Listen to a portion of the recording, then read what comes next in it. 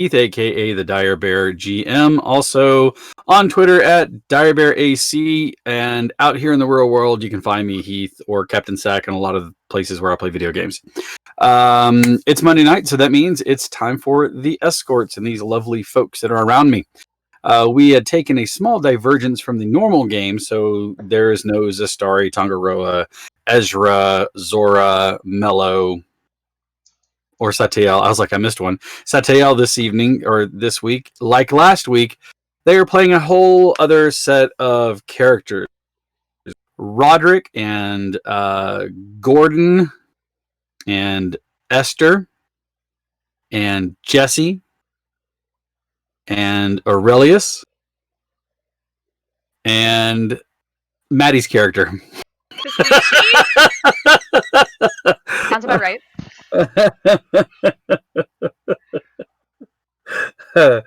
I'm gonna pay for that one later, but it's okay. No, last time they were all, and yeah, that's because I totally fucking forgot.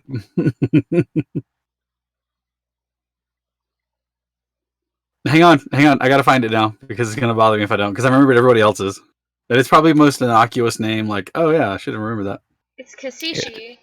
Yeah, that's right. No, I wouldn't have remembered that. It's Kasishi. The Yunti, the leader of the band, as it were, designated by the person who hired them. Langaman. They were attacked by wyverns, and the ship was going down. They fixed it enough to where it didn't like just slam into the ocean, killing all of them. So that's a positive. They make a decision to turn about to head toward the island where the wyvern riders came from.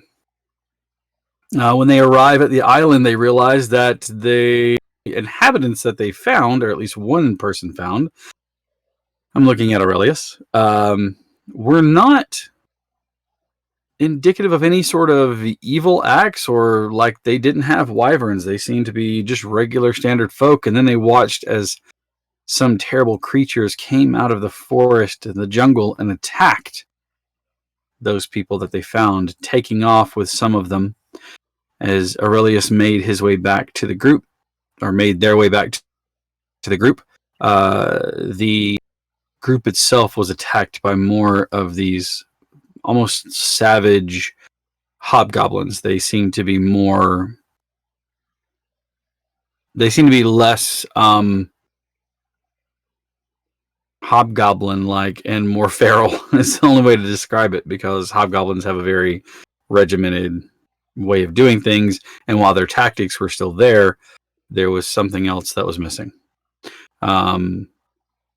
Before we dive into tonight's game, let's take a moment to address some things. We are live back with our shows on Friday at Lucky Dice Cafe and Saturday at Liquor Express. We ran 2 tables Saturday. I ran 2 tables, one and then the other. And then on Friday night, we had a pretty full group, so it was really good to see everyone. Thank you all for coming out. Made some new folks turned on to the show. Barry and Devin, who are brothers. And then we had John, Tim, and Josh, who showed up to play as well, along with some regulars, Ben and Stephanie, and JJ, who all showed up to play on that night. And we had Jennifer and Shanna, as well as Eric, showing up to play on Saturday. So it was really good to see everybody. And thank you all if you've tuned in. I know that I gave some of you the information, so hopefully you're watching tonight. If not, you might catch this later on YouTube, and hello. Anyways, also next week we're going to have a little bit of a special episode, and we're going to work on that this week coming into it. Given the climate of the world at the moment, I feel like what really needs to happen is we need to highlight those creators, whether that be a content creator, an artist, a game designer, or whatever, who may not have the voice on the platform and really should be. So next week, at least during this show, what we're going to be doing is running more links to people of color, all artists, creators, whatever it may be, whether they're drawing, digital art, if they're a content creator, adventure writer, game designer. We're going to be broadcasting and showcasing a lot of those on the show next week. So No jungle running, no ships diving into the ocean. It will be that. Also, there may be some changes in the future, but I'm going to leave that up in the air as just vague on purpose. But just be aware of it. Anyways, with that being said, welcome everyone to Dire Bear Adventuring Company's Escorts. Now, most of the hobgoblins lay dead at your feet, the thick, cloying jungle all around you, the heat oppressing, and you see as one of them is darting into the woods or back into the forest. You have a chance to stop them. However, Roderick, if I'm not mistaken, you had them marked. Is that right? There's one unconscious at our feet that is marked. Okay, and the other one is just running. That is still technically in line of sight to shoot. Keep in mind, in range and line of sight are very different when you're talking about a jungle with undergrowth and trees that are pressing in. So there is an attempt to hit them, yes, that can be made. Success depends on the roll of the die. With that being said, anyone who can take a shot at them, meaning that you have range to do so, would you care to do so? I'm looking at Aurelius primarily, as well as I think there's a couple of others that might be able to make that ranged attack. How far away is he? If I'm not mistaken, the last time we said he was like at 60 feet from you guys. Is that right? If memory serves me correctly, yep. Thank you, Eric. So, 60 feet, which is made with a lot of spells. Most cantrips at least hit that range, unless you're talking like Witch Bolt, which isn't a cantrip, but you know what I mean. A long bow, even a short bow, would definitely be able to hit at that range. However, you're looking at a target that is moving through a forest, so you have tree branches and stuff. You're talking 3/4 cover, which gives them a +5 to their AC. Well, if you want me to take shots, I'll take shots. That's no issue on me. Yeah, same. I'm leaving it up to you guys. Take shots is what I hear. Oh, hell yeah. Shots. All right. Shots. Okay. Are we doing this as it's our like how many actions we can, or just... I'm going to give each of you a chance to try to hit, and if you hit, congratulations. If not, he escapes. All right. Do you want to go ahead first, Duster? I'm debating a spell. Feel free to go first. Okay. I'll shoot with my longbow. Tuna got me a duck dice for my birthday, so we're gonna see if it's really cursed. Not as cursed as I thought. Okay. Sorry. That is a dirty 20. A dirty 20. Okay. Yeah. Give me a moment here.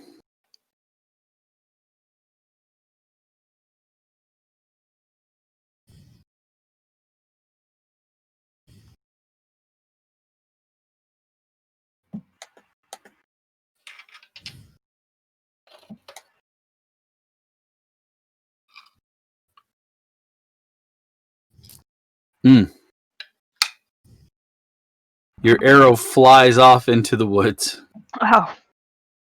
Actually, you make a really good aim. He darts into the tree, and your arrow strikes where he was a moment ago, slamming into the tree. Nice. Okay. Can I try? Sure.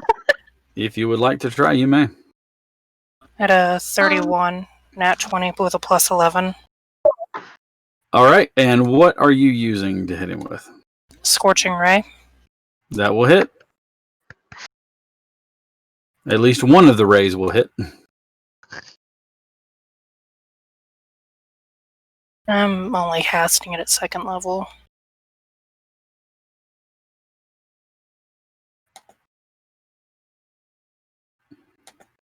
Yep, so 3 attack rolls because 3 Yep, rays. you get 3 different rays at 2nd level. Oh, well, damn. Do I double it up on each ray? Well, I mean, each ray is in a separate attack. Okay, so... But the first one you definitely do because you rolled a nat 20.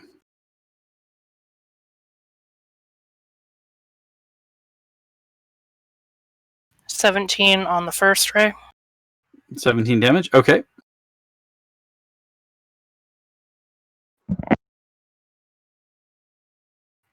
And he had taken some damage as well. So let me pull that up real quick. All right. Go ahead and roll the attack on the other two.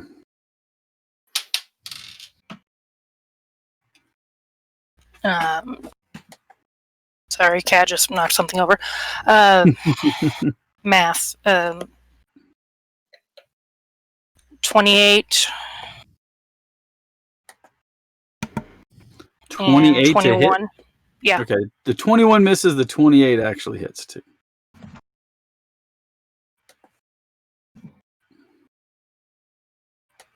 $11. Okay. So a total of 28 points of damage, right? Yeah. You're not sure if he goes down, but you're pretty sure you heard a "Ugh!" and then the sound of like low brush being scattered about.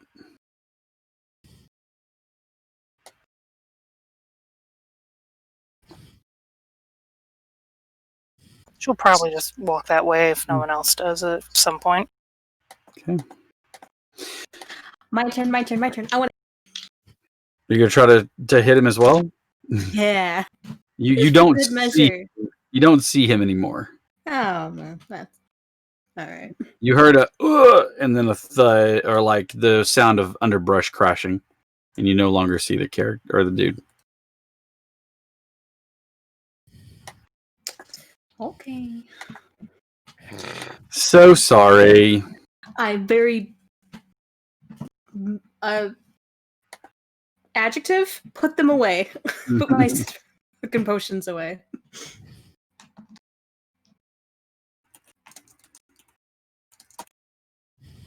All right.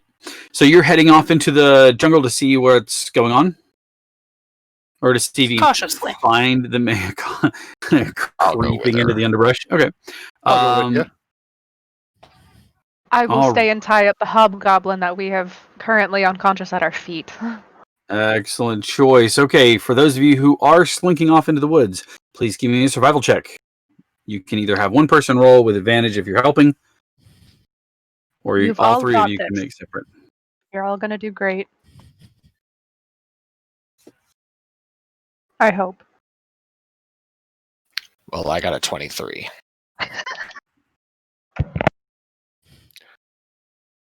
18. Okay. 15. All Unless right. somebody wants to give me advantage, but You have a 23. Shut up.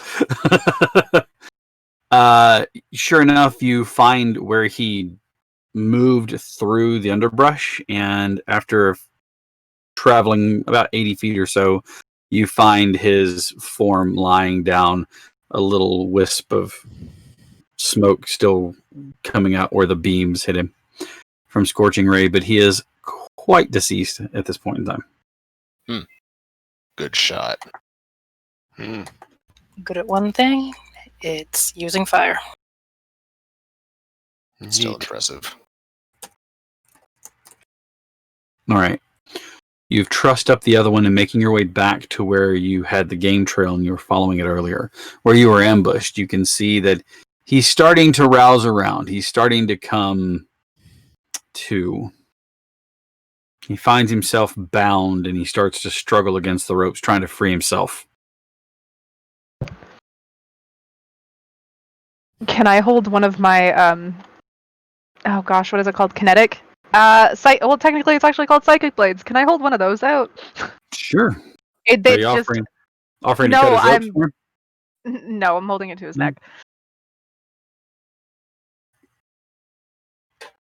Okay. He barks something. So all I heard was he barks. He barks something at you. Okay. Thank you. What languages do you speak? Oh no. Common, Elvish, Orc, and Thieves' Cant. Common, Elvish, Orc, and Thieves' Cant. Okay. Yeah. Thieves Cant what? Thieves can't talk. Dance. Thieves can't dance. Thieves can't dance. There's a movie. I think that he can. He can try. He can try. You know what? Yep. All right. So, you do not understand the language with which he is barking at you. Oh, I'm not surprised. Does anybody understand him? I don't know. He said in previous episode it was a dialect of common that none of us understood. Okay, This perfect. is not common. Okay. A dialect of something we didn't know. Yeah. I'm still with Aurelius because I didn't go trapezing off into the woods. Like some kind of rapscallion. I Listen, I speak did it earlier. Abyssal, Common, Draconic, Infernal, and Orc. None of those. Okay. I only got common, gnomish, and halfling. It is definitely none of those. Common, draconic, giant, undercommon. We are not batting well here. Does We only anyone have two know people left. goblin? What's that? He's saying, does anyone know goblin? Better question is, how would he know that it might be goblin? Because it's a hobgoblin. That doesn't. He's being a racist. No, but that's still.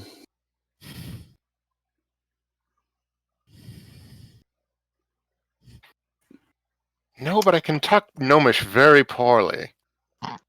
Not even remotely the same thing. So, no one speaks goblin of any kind? I'm going to give it to the meta pigeon.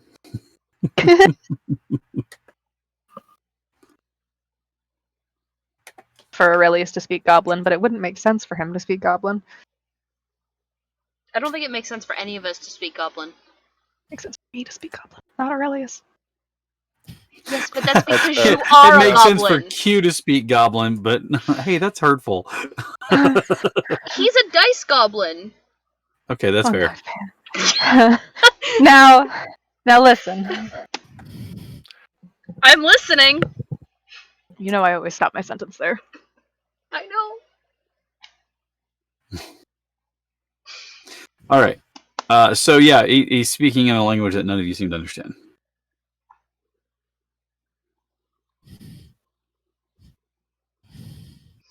Maybe we should just hang him from a tree. Like a pinata? Or a trap for other hobgoblins. That works too, I guess. I mean, if we're not going to be able to understand him, is it really within our best interest to leave him alive?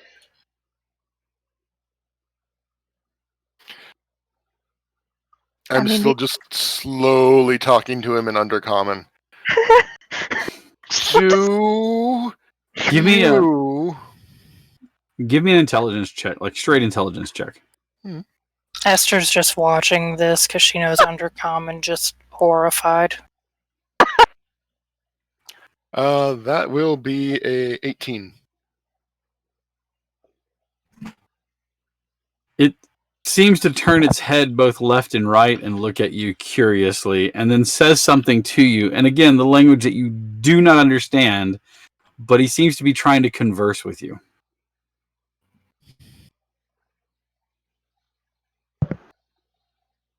Perhaps if we just take the time and be polite, maybe he will That's it. reveal something. It's your etiquette that's preventing you from communicating. Oh, I have a journal. Maybe he could draw pictures. It's like charade. I mean, sure. Three words. Told magic. Does Title? anybody know what is it? Understand, comprehend languages? I don't know comprehend language. You don't comprehend languages? I don't even think it's an artificer spell. I don't think it is either. That's fitting.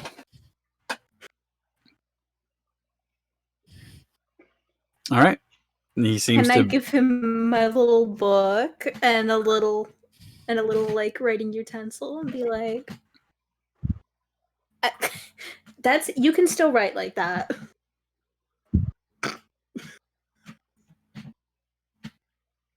He takes your pencil, Your writing utensil, what is it, like a quill, or is it like a It's piece probably of like charcoal? a graphite, like just a Graphite large. stick? Yeah. He looks at it curiously, looks at the journal, looks at it curiously. Oh no! Smack no, the back no, of his no, head no, before no, he we even don't do eats that. it. We don't know. You slap him in the back of the head. Whack! He looks up at Don't you. put it in And your mouth. God. he looks at you and has his hands like up here, unless you bound him behind him. I assume you bound him in front. Yeah, in front would be fine.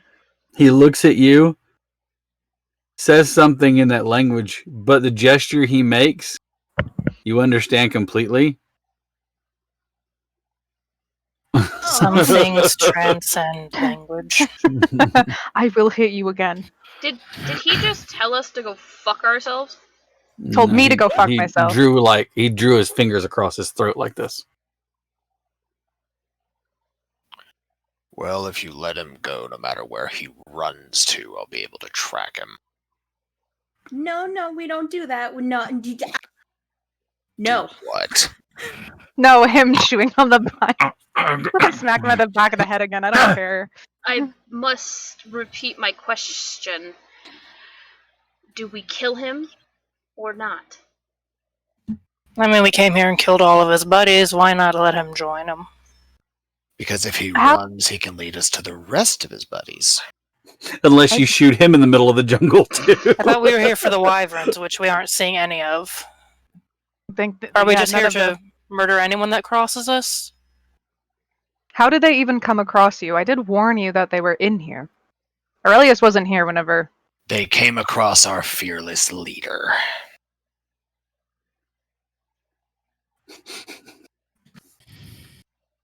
So they bumped into you. Yes.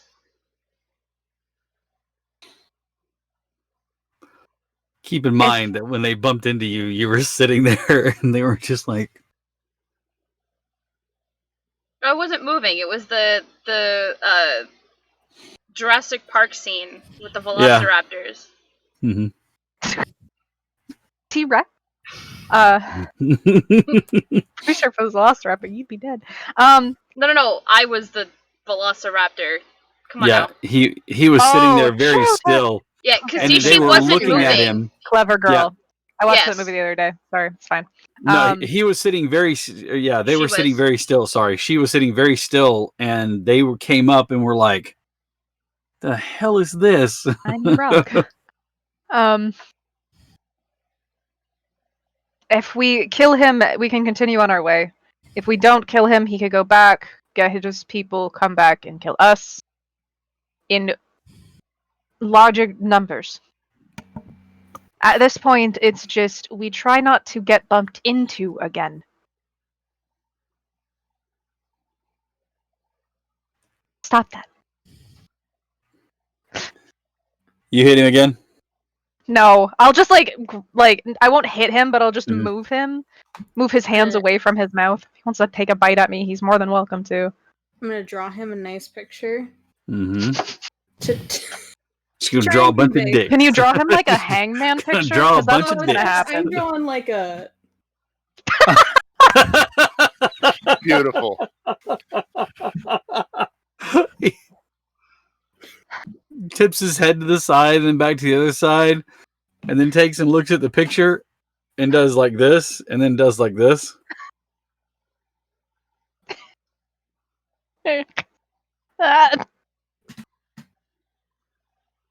He looks like he's trying to like snap him. He like gets awkwardly to his feet and like moves over to Aurelius and like puffs his chest out. Puffs. What is this? Some dick waving contest? What do you want?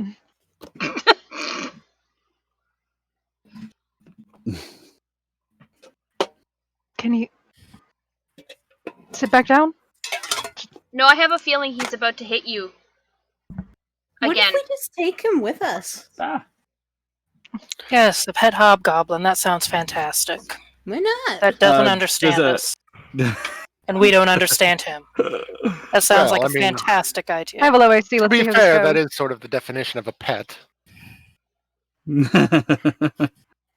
No. He That's becomes like a liability. It's like a 27 to hit you. Oh yeah, no, that'll hit. He immediately Okay. takes 4 psychic damage.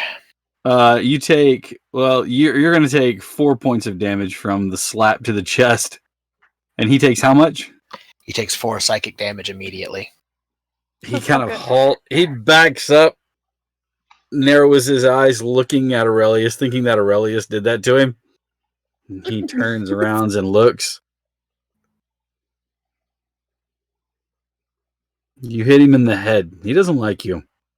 That's fine. I swear to God. Look. And I pull up my flask and I like shake it so that I you will can hear that there's liquid in it. I will stab him. I swear to God.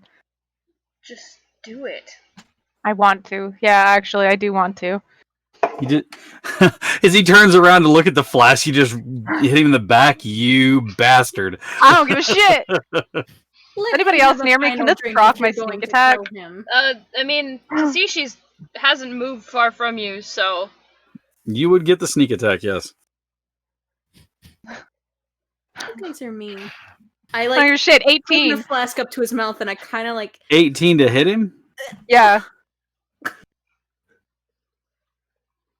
Well, he's not really incapacitated. He's not really grappled. No, that's true. he's I don't care. It's restrained. an 18 to hit him just with my Only his with a hands. dagger. Unless you tell me you bound his feet, which nobody stopped him from standing, so That's true. Nobody stopped him from standing, so that's fine. so that misses. With him, fucking bastard! I swear to God, I will kill a man. Because I mean, he's like he's turned his head to look at the flask, trying to figure out what it is you're offering him.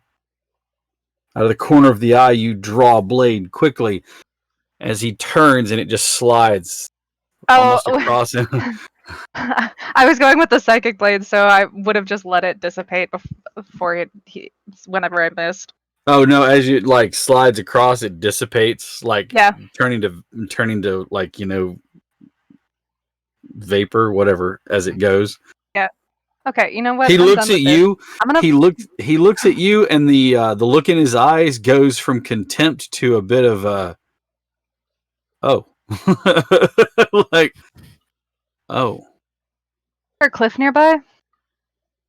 I remember that to the west, the way that you guys were heading the northwest, there is the cliff that is part of the runoff from the lava spill. That there's no island there; it's just into the water. Unless somebody wants me to shove a hobgoblin off a cliff, can we just get rid of him and continue on our way to the wyverns?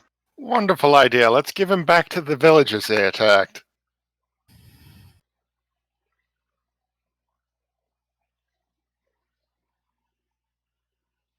How are we going to get rid of him? You kind of missed a standstill target like 4 Jesse, times. I don't want to hear it.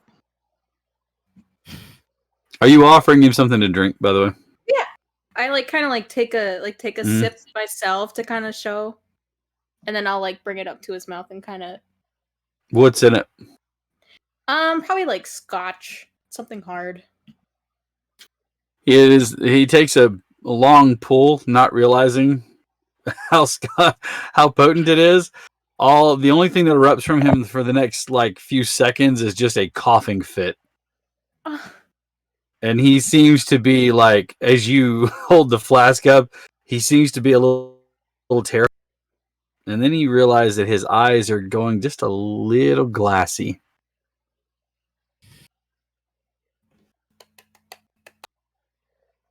Well, I suppose that's one way to incapacitate a hobgoblin. I was just trying to be polite. He's reaching for it again. Oh yeah. And I'll give him the flask. I'll let him hold on to it. There's more coughing going on. There's a bit more goes down his gullet. The next thing you know, he starts to look at it.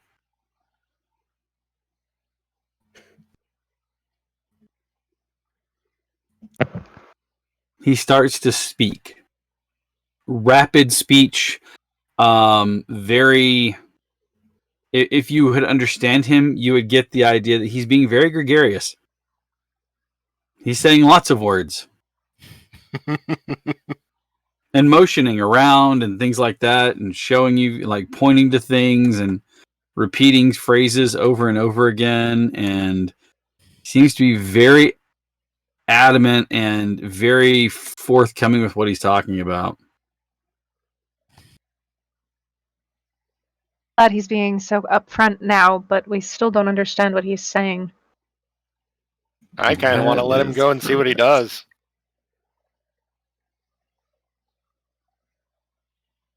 Roderick, you said you could mark him? He's already marked. Then why don't we just let him go? I know. I said that like 15 minutes ago. Yeah. And you all weren't listening. But now he's drunk. Look, with that mark on him, no matter where he goes, I know exactly where he is.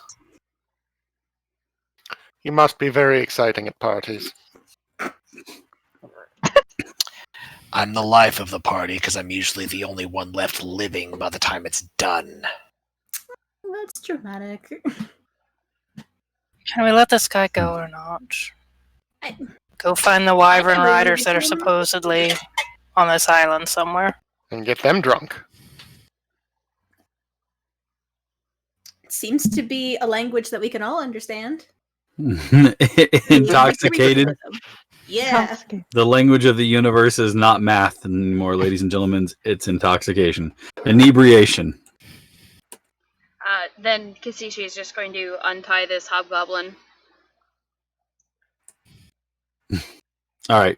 You untie the hobgoblin. He looks at you and pulls the flask back like you're going to try to take it from him. Keep it. Yours. It's okay. I have more. He looks around at all of you and starts to back up. Is anybody trying to prevent him from moving? You're all going to let him go? I want to trip him really bad, but I'm not going to. He starts again to keeping his eyes on all of you that he can. He backs up and backs up. When he breaks about 15 feet into the jungle, you hear the sound of like somebody crashing through a very thick forest, and then it goes quiet. And he just seems to be gone into the jungle.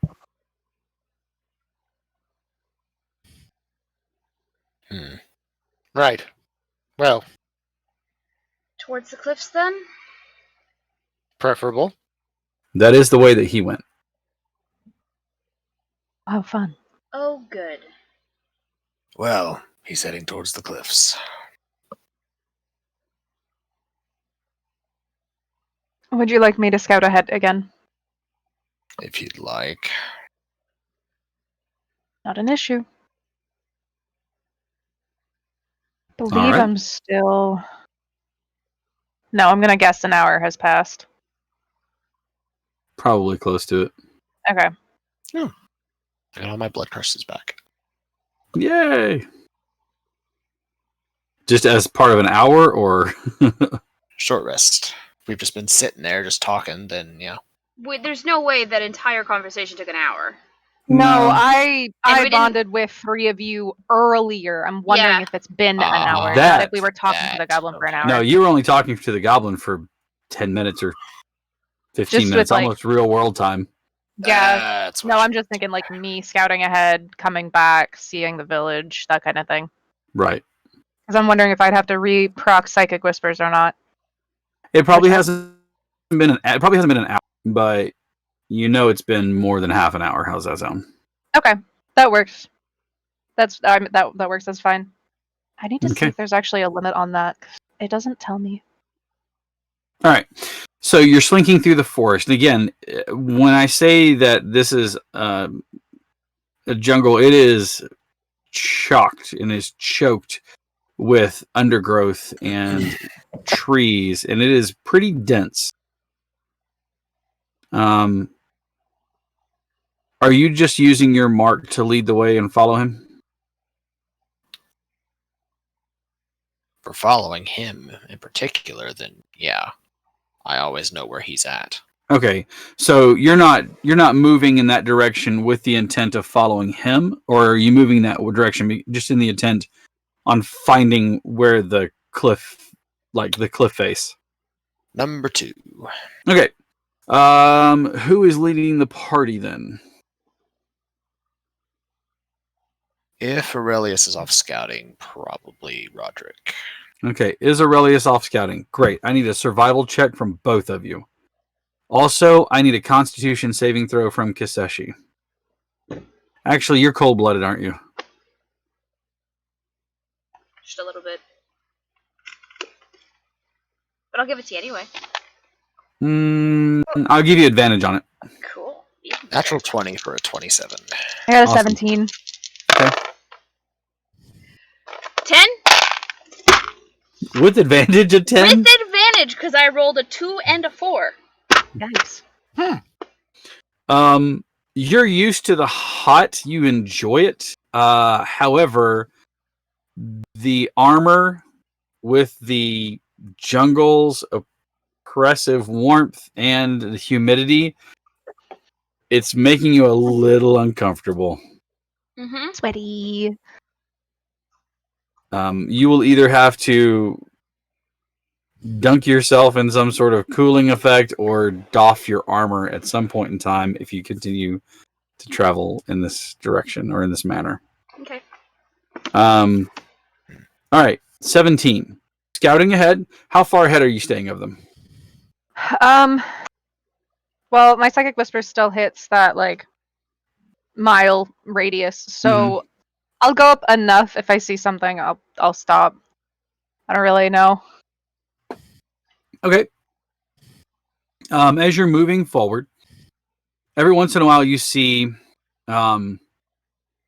traces of movement through the underbrush, but it's not a game trail. It doesn't seem to be. It's very much off the beaten path. It's almost as though you just picked a direction to go, even though you know which direction you're going. You maintain your distance from the party and in the direction that you mean to go. As you're moving along, the unmistakable sound of waves breaking on rock becomes louder and louder. Up ahead of you...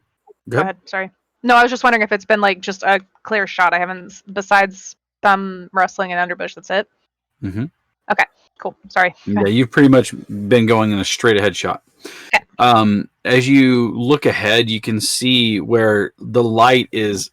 It's almost choked out completely by the canopy of trees. The dappling here is made some dim light, but up ahead you can see blue and full-on daylight, probably about another 30 feet ahead of you. The sound of the waves breaking on the rocks becomes louder, and now you get that very distinct smell of salt and sea. 30 more feet, and you find yourself standing on the edge of a cliff, dropping away probably 120 feet down to the ocean below. Looking back before, you didn't realize it, but you have been making a very gradual climb. Not enough to really cause any exertion, but as you recognize from the lagoon into the forest, you've been climbing up this entire time. So a bit of a trek, but nothing none of us can't handle. Down below 120 feet, you can see the ocean breaking in waves over jagged rocks that stand like knives out of the ocean. Black, covered in porous rock, or black and made of porous rock. You can see it looks like they are cutting the waves as they break on them. To your right, immediately, you can see that it slopes up to a cliff face that looks like it can be climbed. The material there looks as though it's like not black like onyx. It's black like some sort of stone, and you can see that it's very porous. It looks like it's easily chipped or broken. The only problem that you have is getting from where you are to where that cliff face is. you're going to have to swing your ass out over those jagged rocks a little bit. Huh. Is there there's another cliff edge that's lower. You said so it's lower in the wall. No, the way it works is that you're standing on an edge looking out at the ocean. Okay. To your right, the land curves around and comes to the cliff face of the volcano. Okay. So imagine it swings like this, and then it goes up the cliff face. Okay. You can see land across the way, but it's probably 300 or 400 feet from where you're at to that other side, to the other side. Okay. So you're standing on an edge. It goes around. Cliff face of the volcano is there, and then you can see more land further on the other side. Does that make sense? Yes. I don't have any implements to draw with, otherwise I'd draw you out. Well, it doesn't help that I was like, okay, we're there, and then right, and I instantly turned to my left. So that's just me, though. Your other right. Stage right. Yeah, that's exactly what I was about to say. Your stage right. No, that'd be your left. Left, right. That's fine. I'll figure it out. All of that stuff. I've always had that issues. Tuna knows. So I will make sure I will relay all that information back. Roderick, it's still Roderick, Esther, and Kiseshi. As far as I know, that you're. It was just the 3 because that's what I rolled. Yeah, the psychic whispers. I will relay all of that information back to the group. I will also tell them that it's a pretty clear shot from the path I took to here, so I don't think that they'll really come across anything. Tell them it's a bit of a slope, just in case somebody's getting tired or something, but I'll tell them that I'm just going to stay here and wait for them. And just keep an eye out. I have climbing gear if anyone needs it, so we'll head in your direction. Actually, I would like for you to give me a perception check, please. Not Q, Eric. Okay. Because you have a 27 on your survival check. 19 or 22 passive, whichever one. Okay. You recognize that there has been a slope, a gradient that's just subtle enough to where the traversal that you're making will put you higher than where you started. Mm-hmm. As you're walking, one of the things you notice about the trees is you do not see those little totems that were hanging up everywhere. But you do notice some distinctive marks that appear not on all of the trees, but on some of them. Almost like some sort of rune or other drawing that's been made into the trees, into the trunk of trees. He'll pause and kneel down, take a look at it, and then wave Esther over. What? Do these look familiar to you? Do these look familiar to me? You have the greater grasp of magic out of anyone here. That was to the DM. Do they look familiar to me? That's why I was laughing, because I knew it was to me. But I was waiting to see if he would do that. Okay. Give me a history intelligence check, please.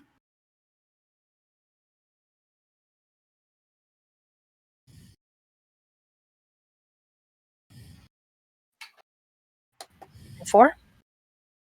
I'm sorry, 24? Yeah. Oh, awesome. It's not a language that you are familiar with. However, you do recognize that this is like letters from... Actually, what languages do you speak again? Common, Draconic, Giant, Undercommon. Okay.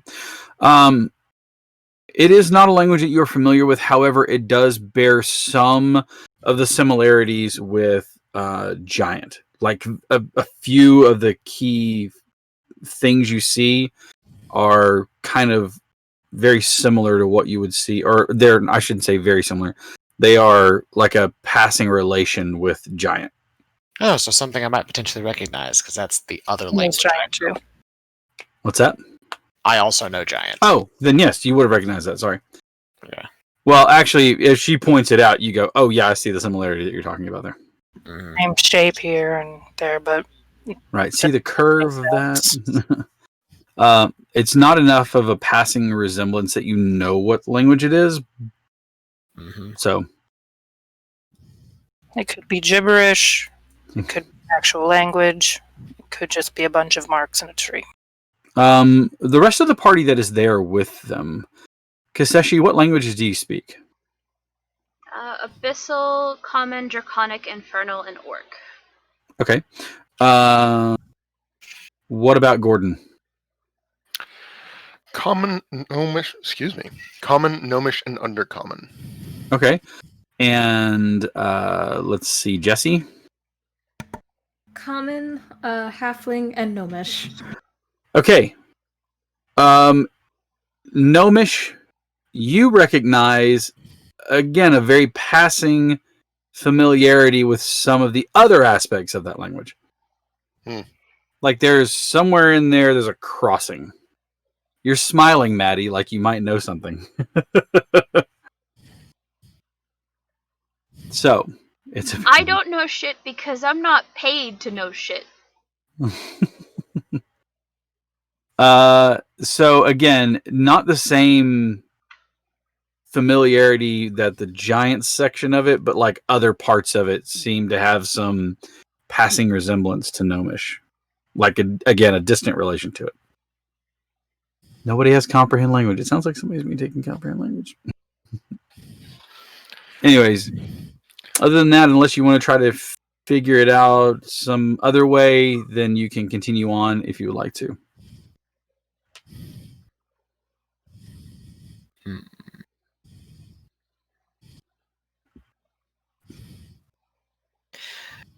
And probably a dumb question. Doesn't have anything to do with fey, fiends, or undead, right? It does not. Okay. Otherwise, you would know it. Yeah. So things I need to ask because I get a hell of a lot of points in that. Mm-hmm. Nope, unfortunately, you do not. Okay. It's very runic and directly drawn, like. Right. Okay. Pressing on then. You make your way over to the cliff face where you see Aurelius standing, looking out over the water. Again, the salt spray is there and familiar. You hear the sound of the crashing waves over the jagged rock below. Marching along the cliff face, you see where it turns towards the volcano, and you can scale across the volcano or continue around the base of the volcano.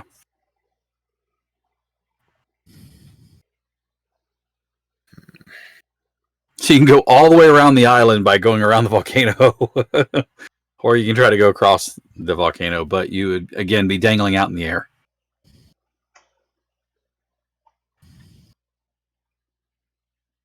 How do you mean by dangling out in the air? As in, are we going over the central eruption point of a volcano? No, as in there is nothing below you but water and jet if you go across the cliff face. Ah. I mean, I know spider climb. Thank you for the host, Jellyfant. You We do could know just- spider? So at least one of you could spider climb your ass across this thing. Mm-hmm.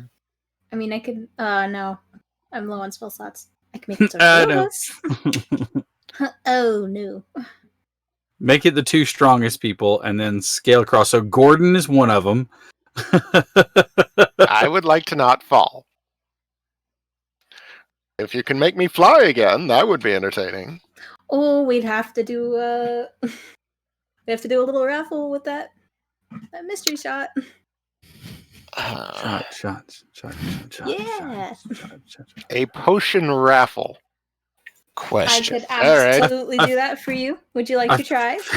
I feel like this is the worst game of roulette ever. Yeah. I'm going to start throwing some shit into the mix as you drink it. Yeah, what's up, bud? I have a question. I have an answer. Ethereal plane. Are you walking as per normal on the ground, or do you float and whatnot?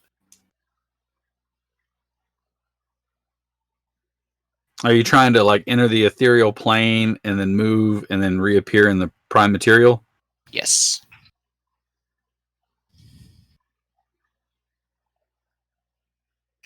I think that the construct of a solid surface in the ethereal plane is something that your brain makes up for you. Mm-hmm. So as long as you're able to slip the bond of that thought process that your body must be in contact with solid surfaces to move, that you could probably glide across it. Okay.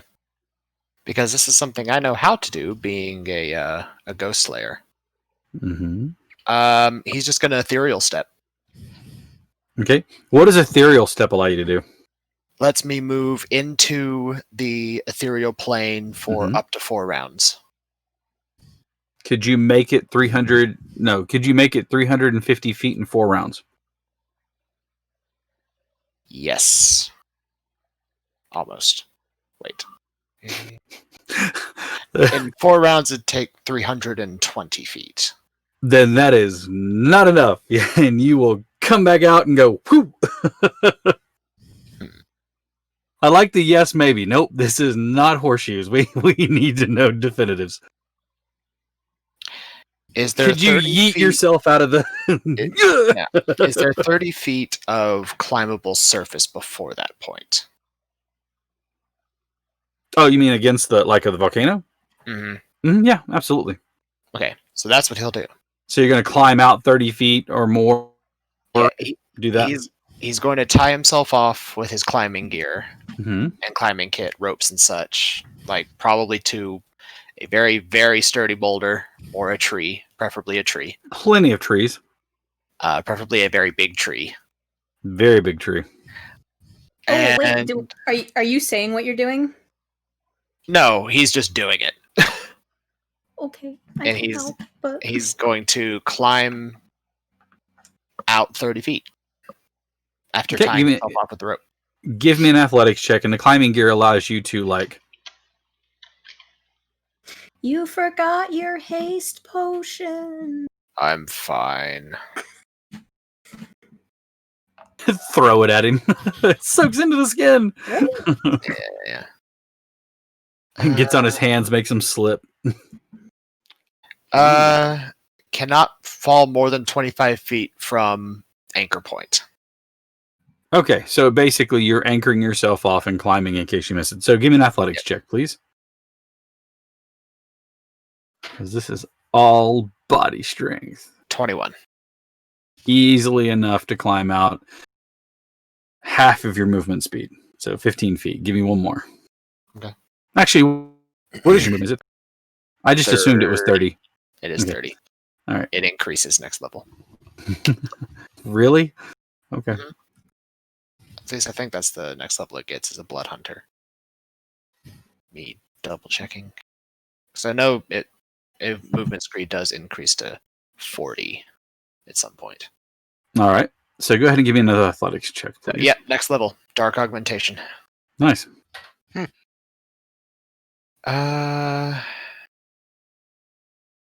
Athletics. 14. Okay. This is a little less graceful than your first climb out. You do not slip because you hold on to your hammer, but your Peden falls into the ocean down below. You have to pull another one out and hammer it in before you tie off. But you are successfully at the 30 feet mark, at the 30 foot mark. All right. In which case he will. Do you untie yourself before you do it? Well, he doesn't have to, because if he slips into the ethereal plane, then he just slips. Oh, right the out physical. Of the rope. Yeah, the physical rope just falls. That's right.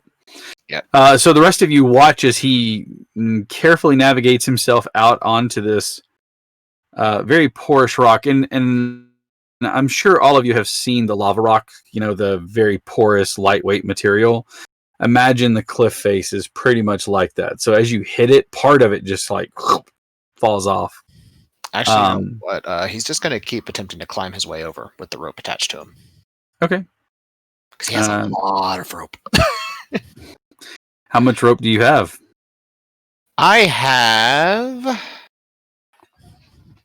Why did I buy so much rope? Is the question. What? There was a sale? I mean, you went to Apparently. Costco, I have fancy Costco, and bought it in bulk. I have 300 feet of rope.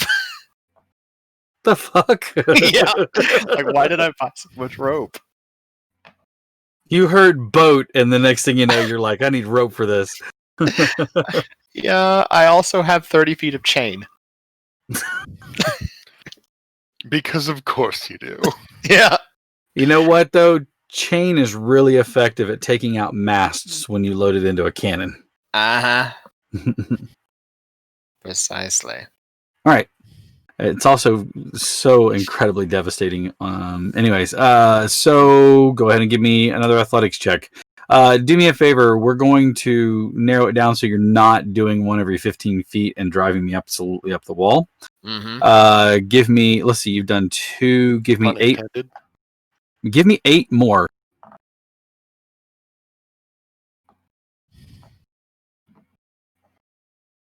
When you hit a number that you think is low, let me know. Well, so far that's been none of them. They've all been above a 15. Okay. Okay. Ooh, that's a 28. What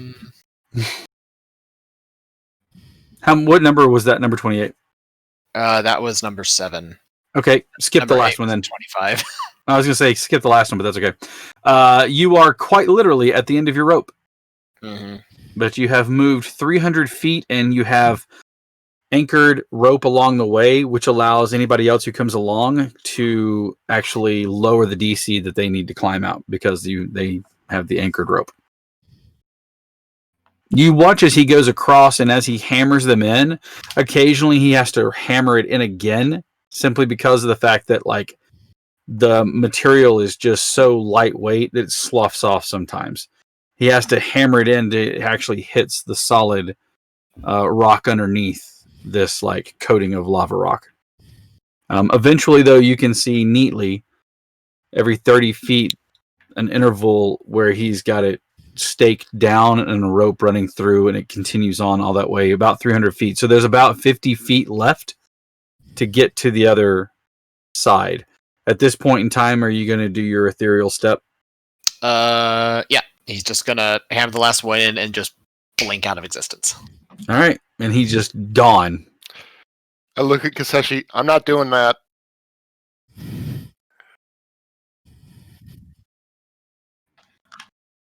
And then Well, he I mean, we appears can on the always- other end, 50 feet over.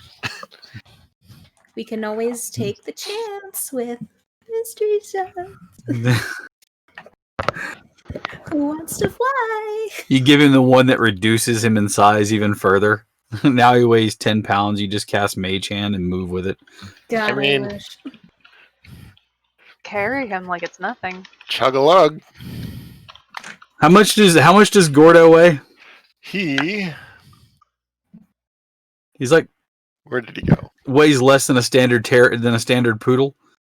He's 45 pounds. He does weigh less than a standard poodle. All right, did I roll or do you roll? I forgot. DM. You roll. Okay. Molly, you roll. Damn it. You got swiftness. So your movement speed is increased by 10 feet for an hour. But you also get 15 temporary hit points. All right. That's something. Mm-hmm.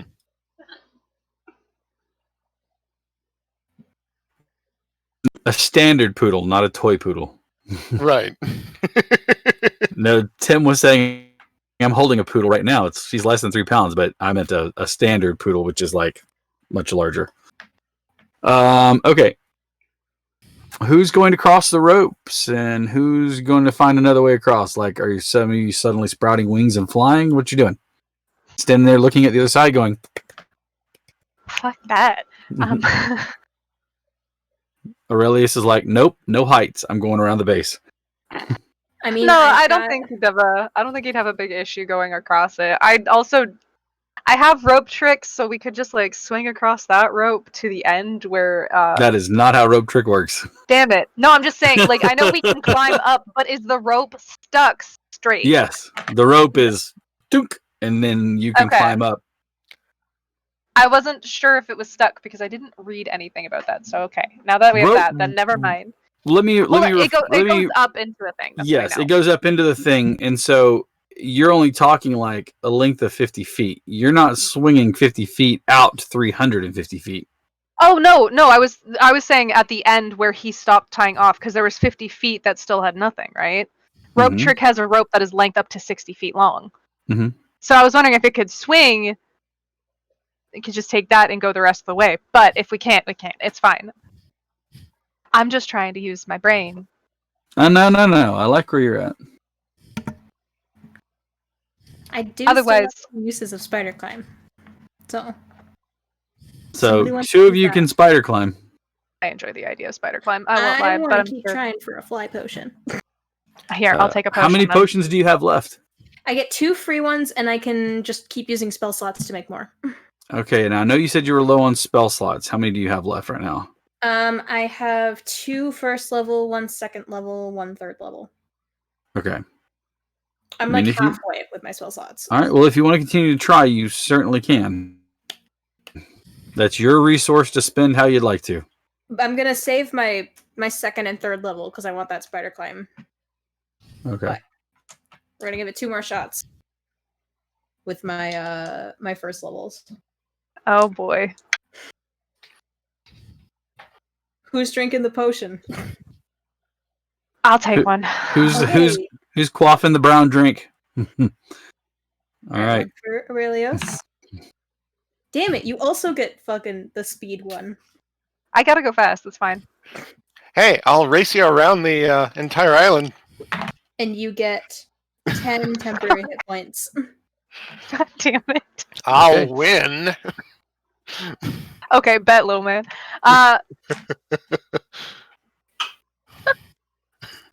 Sorry. What's 6 hours Gordon's, later, what's Gordon's movement normally? 35 feet. What's Aurelius's normal movement? I have 30, but I also have a couple extra things. Like I think cunning action and I don't know if this counts for Well, Dread his is Ambusher. for the next hour. His is 45, and for the next hour, I'm 40. Aurelius's is 40. So he's like constantly just one step ahead of you, except for when you dash to catch up to him. But it's like he moves at a constant speed. Motherfucker. Okay. Does For an anyone wanna hour. Try the last one. I'm just, whenever Come she's on, done Esther, with be brave. You're just gonna start climbing along the rope. All right. Do it yourself. I mean, people can drink multiple potions. Kasashi, do you feel brave enough to drink one of the potions the No, stranger girl has? we're gonna just Chickens. right up the road. She's I'm gonna have drinking it feather myself. on, like, ready to cast that shit if something goes bad. Just keeping that in the back there. Yeah, she's got featherfall in her back pocket. How right. many? What was athletics checks? Athletics check, and go ahead and give me. Go ahead and give me 5 of them. Okay. Number you want me to let you know if I go below it? 10 or below. Easy enough. Actually, below a 10. I'm sorry. Okay. 14, 12, 11, 11, and 15. Okay. With the help of the anchored ropes, you make it to the end. You have another 50 feet that you need to move across. Now you can climb out on it. It's not it's not impassable, but it's going to be difficult. Oh, she doesn't have any spells that'll get her across any other way, so climbing it is. Athletics check. Go ahead and give me one more. I feel 18. like I have a spell. Okay, you're able to move now. Again, you're having your movement because it's considered rough terrain since you're climbing across. What's your normal movement speed? 30. Okay, so go ahead and give me 2 more rolls. And let me know what the next one is. 16. Okay. As you step, I need you to give me a dexterity saving throw, please. 22. Okay. You put your foot down on what looks to be a solid anchor, and as you do, the rock just breaks away and falls. Your hands start to slip, but luckily you're able to kind of catch yourself, and you're still holding on. You've kind of moved down about 10 feet from where you were, but you didn't just plummet into the ocean. All right, go ahead and give me another check. 17. Okay. You are able to scramble a little bit closer, but your heart's still kind of pounding in your chest. You don't move quite as far. Give me another check, please. Athletics. 19. Okay. And with that, you're able to get close enough to where you can kind of throw yourself onto the cliff face. And so in doing so, you roll onto the grass and come to your feet. There are reasons. I'm a scholar, and not an adventurer. Oh, fine. You did good for a scholar. Learning fly as soon as we get off this fucking island. And then I never let you use it because you're all underground in small tunnels. Just use fly to spite so she can just hover down the hallways. She It's just fine. flies off the ground 2 inches. Just 3 inches off the ground. Constantly. Can't toes use pointed, fingers fly. steepled. Just hover rounding. Arms crossed, just like just anger. She's like hovering by pure anger. It's fine. It's not actually a spell, it's just spite keeping her up. I love that. the polarity from the DM's polarizing comments has made her just like have her own magnetic field, just constantly keeping her afloat. All right, who's going across the rope now? Oh, I'll go. Okay. Would you like some spider climb, sir? She made it Shy. without spider climb. I'll take my chances. I feel like that's the famous last words. Yikes. Steve. Yeah. It is Steve's dice. Yep. Oh, Jesus, don't remind me. We were all thinking it. So when you get to the other side, a hobgoblin shows up holding your flask, played by Steve. No. All right. 5 athletics checks. Let me know what they are. All right. 27. Okay. 22. Okay. Need to re-roll that because it somehow landed on the side. 23. Okay. Nat 20. Okay. Hooray. Nice. Rounded. 28.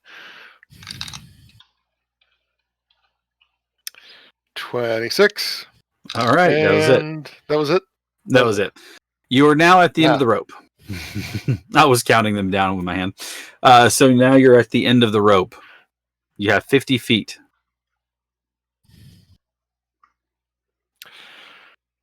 All right. Let's get climbing. Esther Another- would be sitting on the edge just to cast Featherfall in case anyone misses. The range on that is what, 30 feet? Bigger One than second. that. 60 feet. Okay. Good. Then you can catch him if he falls. All right. All right. So go ahead and give me your first one, please. Okay. Athletics again, you said? Yes, please. Okay, cool. So then that is 25. My brain goes, he should rage so he has advantage on the strength check, but I was like, he's just angry climbing. What's your second one? Give me another one, please. That's 27. Okay. And then one last one.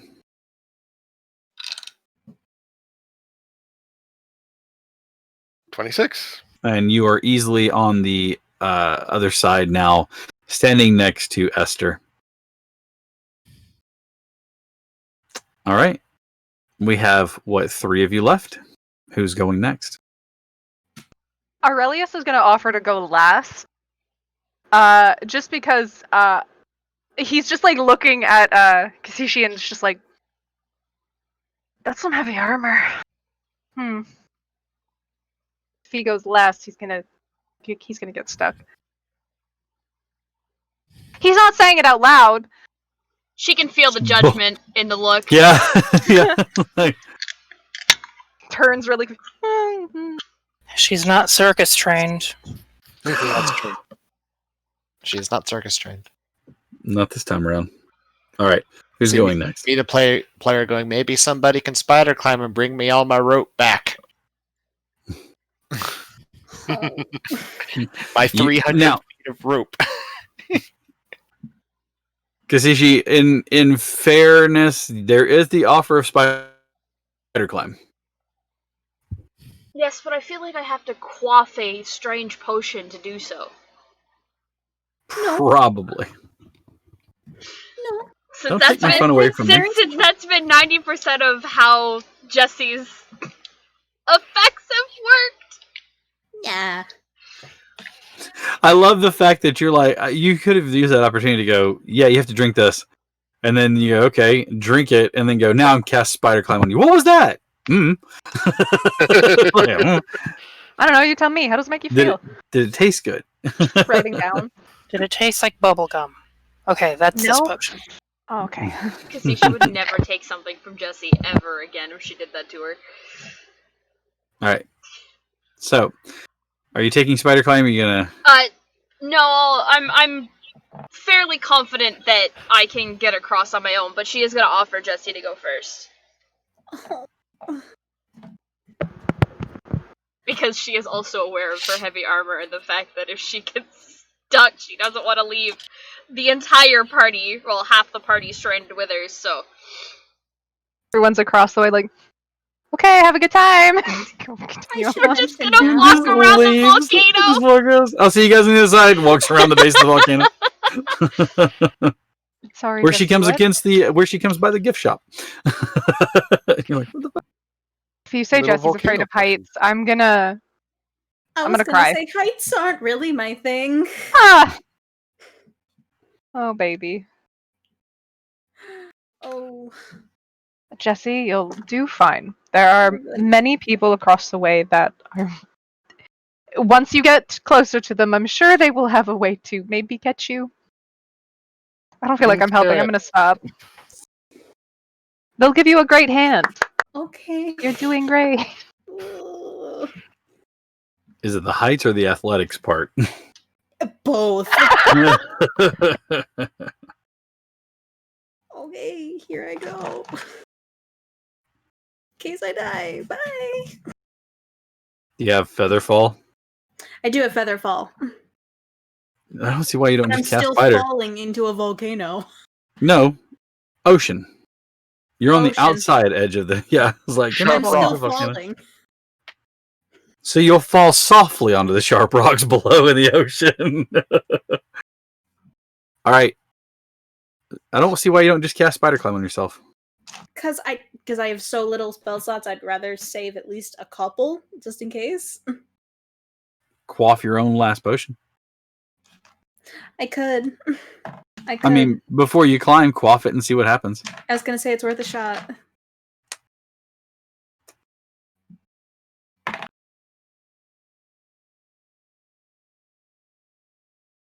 I got transformation.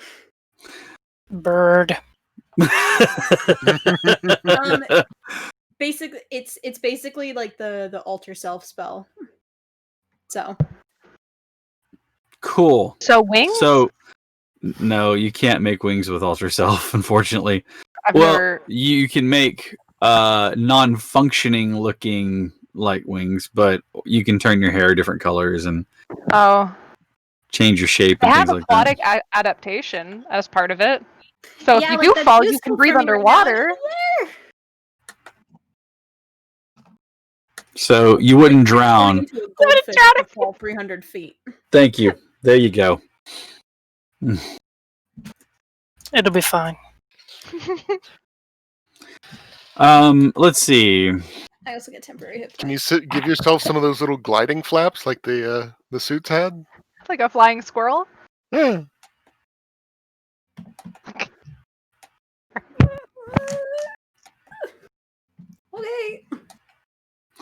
I feel this is going to go nothing but swimmingly. No pun intended. I believe in right. you. Mm-hmm. Athletics check then. And a friendly Triton comes out of the water and saves me.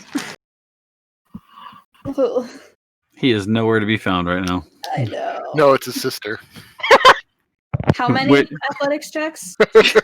Catches you, and the first thing she does is tap. What? Oh! Oh, I was going to say, that's not a friendly Triton.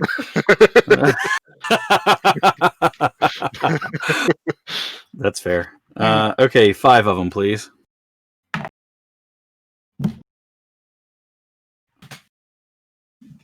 That's not a high number, is it? It's a 1. I can't even get off the ground. Give me a dexterity saving throw, please. Would Aurelius or Kisashi be close 11. enough to help? She's out on the rope. Oh, Like- she's okay.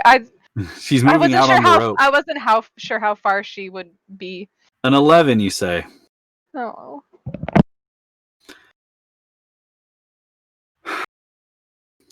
Aurelius. Kiseshi. Yeah. You watch as either by some weird fluke that the rope may be wet even though it's 120 feet above the water, or maybe all the other hands out on it beforehand, something happens and you watch as Jesse slips, tries to recover and grab the rope, fingers taut against it. You know, it's got a little bit of a give on it.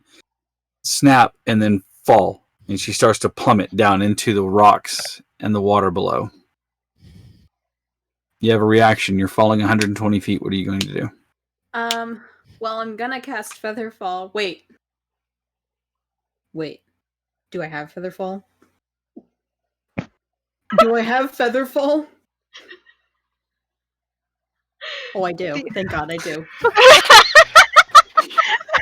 I thought it was a second level spell, and I was like, I don't see it, but it's a first level spell. The panic! Featherfall at second Oh. level. Do I have Featherfall? As you're falling, do I have Featherfall? Did I prepare this potion? So you are casting Featherfall? Or is it like a I very chug-a-lug? hastily pull out a potion and chug it. Give me a percent. How many potions do you have in your pack right now? Currently, I only have one left. Okay, and it was that one? No, that's the second to last one. After that one, So there are there's two. there's so two. so okay, There's so two. with Featherfall there's 2. yes. Give me a percentile roll and choose high or low first. High or low first. High? Okay, roll. Oh, wait a minute. I rolled 2 10s once. Because I'm an idiot. Okay. Hi. 67. All right, so you do pull out the correct potion. In your panic of trying not to splatter onto the rocks below and get washed away at sea as a tattered body, you grab the correct potion. However, still jagged rocks, still ocean. Well, now that I'm falling slower, can I grab my last potion, which will be spider climb, and like try to get myself as how close are we to the edge? You're close enough that you can, Okay, like try and like maneuver myself close enough to the edge that I can just climb back up with spider climb. Sure. Okay, then I'll do that. I was wondering when someone was gonna fall. Oh yeah, you guys can see this on the other side. Just this little bitty. Mhm. He's just over here watching this. Is like, took long enough. There's not even like a gasp of shock or anything. Everybody's just like, oh, bye. That's basically him right now. Yeah. And I will to think Aurelius rushed to the edge a little bit. And then you see her on all fours going, "I'm okay," and then spider Aurelius like, across the rest of the way. I hate that. That's great. Huh. It's the stuff of nightmares. It's every like Japanese horror film. Oh yes, that's quite unnerving. And I will climb myself to the other side. All right, you two. Ladies first. Like a gecko. If you fall, though, please don't take the rope with you. I'll do my best. Well, the good thing is you don't have disadvantage on athletics checks. Thank God for that. Oh, man. Also, thank goodness this isn't Pathfinder. You aren't taking a massive penalty for wearing heavy armor. 22. Okay. 27. Okay. 21. Okay. 20. 25. All right, you are at the end of your rope. I never got to get across. Mm-hmm.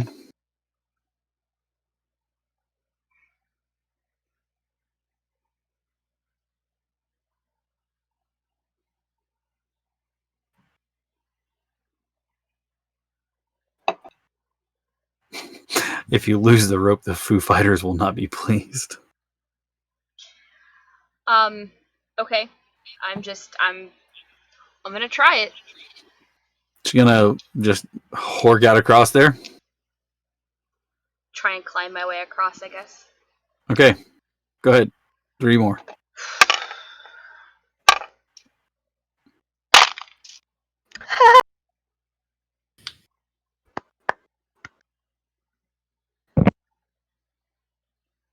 I rolled a 1. Yeah, that's a nat 1. I rolled a 1 in an area where I cannot stop myself from falling now. Because it's the 50 feet where there's no rope. I'm still gonna give you a dex save to try to catch the rock. However, I'm waiting for you to tell me that I'm taking it at disadvantage because I'm wearing heavy armor. I'm not gonna tell you that. I want you to roll.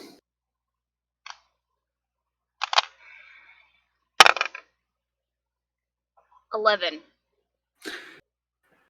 You do manage to capture the rock, and Dwayne doesn't like it. No, you gather and catch a part of the perch of it. The weight of your armor and your own body, though, the rock is loose and breaks away from your hands, and you start to plummet. Again. Featherfall. Your descent is slowed, and you feel yourself being buoyed. You are still traversing downward, but now it's much slower. There's no way for me to direct this, is there? You would not be able to climb up because, unlike the second edition version of the spell where you have the weight of a feather, it does not work that way anymore. Yeah, I'm just more thinking, like, is there a way for me to be able to direct myself in so much as to not land in the water in my heavy armor?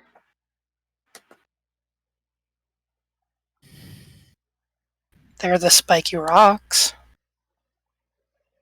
I think, maybe. Yeah, 2 choices here. I'm real sorry. I mean, It says takes no falling you take no damage. Yeah, and it slows you to 60 feet per. But I mean,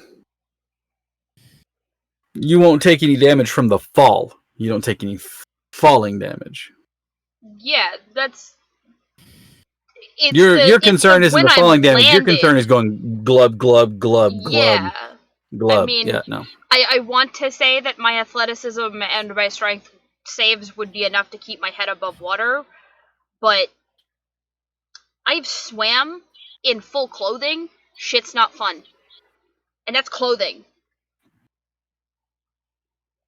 This guy right here is fully aware of what kind of suckage trying to swim in armor is.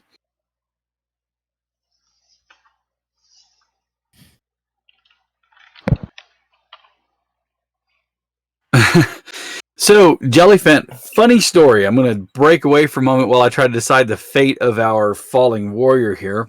Second edition, it did not give you the properties of the feather. So, therefore, it didn't give you the drag and the wind resistance, just the weight of it. The reason I know this is because I used it on a rock that was flying towards us. And then I cast Gust of Wind on him, which smashed him into the rocks and killed him. Because he didn't have the weight to resist the friction and everything else like that. The DM also, at that point in time, due to other shenanigans that I pulled earlier, said that I could no longer play wizards in his campaign. So yeah. Small canyon, wide canyon. He swooped down to try to grab us. Everybody's ready to hit him as he comes in close. And I'm like, I cast Featherfall. And he goes, he can fly. Why would you do that? I said, I know what I'm doing. So I cast Featherfall on him, then used Gust of Wind and blasted him into the side of a cliff. Because really funny, in the second edition, if you look at the bottom of the spell list, it talks about things that it synergizes with.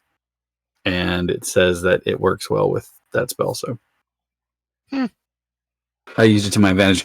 The other tomfoolery was casting Fireball on sand to turn it into glass and then using grease to keep everybody from coming across the bridge. Anyways, you are descending closer and closer to the water. You can see that you are not going to like splat onto it. However, you do notice that it's very uneven here. Through the foam that breaks, you can catch a glimpse of the water. It doesn't appear as though it's deep in particular, but that's relative to what you're, landing on. Especially if you have no place to get to, deep doesn't matter. You're still trying to trudge through it and trying to find perch and things like that. Eventually, you settle into the water and do your best to try to cling to one of the jagged rocks. What you realize as you get closer to the jagged rocks is that it is more blade-like than you originally thought. The water crashing on it has honed it to almost a blade edge on one side. The pulling back of the rock has honed the edge of it down at the bottom and has eroded it away to enough where as you put your feet onto it, you're lucky that you have shodded feet because it hits that and crunches underfoot, and you realize that had you not had some covering on your feet, it would have cut into you. You were able to hold on to this side of one of the rocks, but you realize you are still a good 50 feet from the nearest cliff face that you can climb up, and you have to climb up. Or you could try to swim out and around, but you don't know. Yeah, that's... Mm-hmm. Where's Jesse? Skittering up the side like a... Spider climb. Gotcha. Okay. While you're down there, give me a perception check, please. As I dig into my dice box.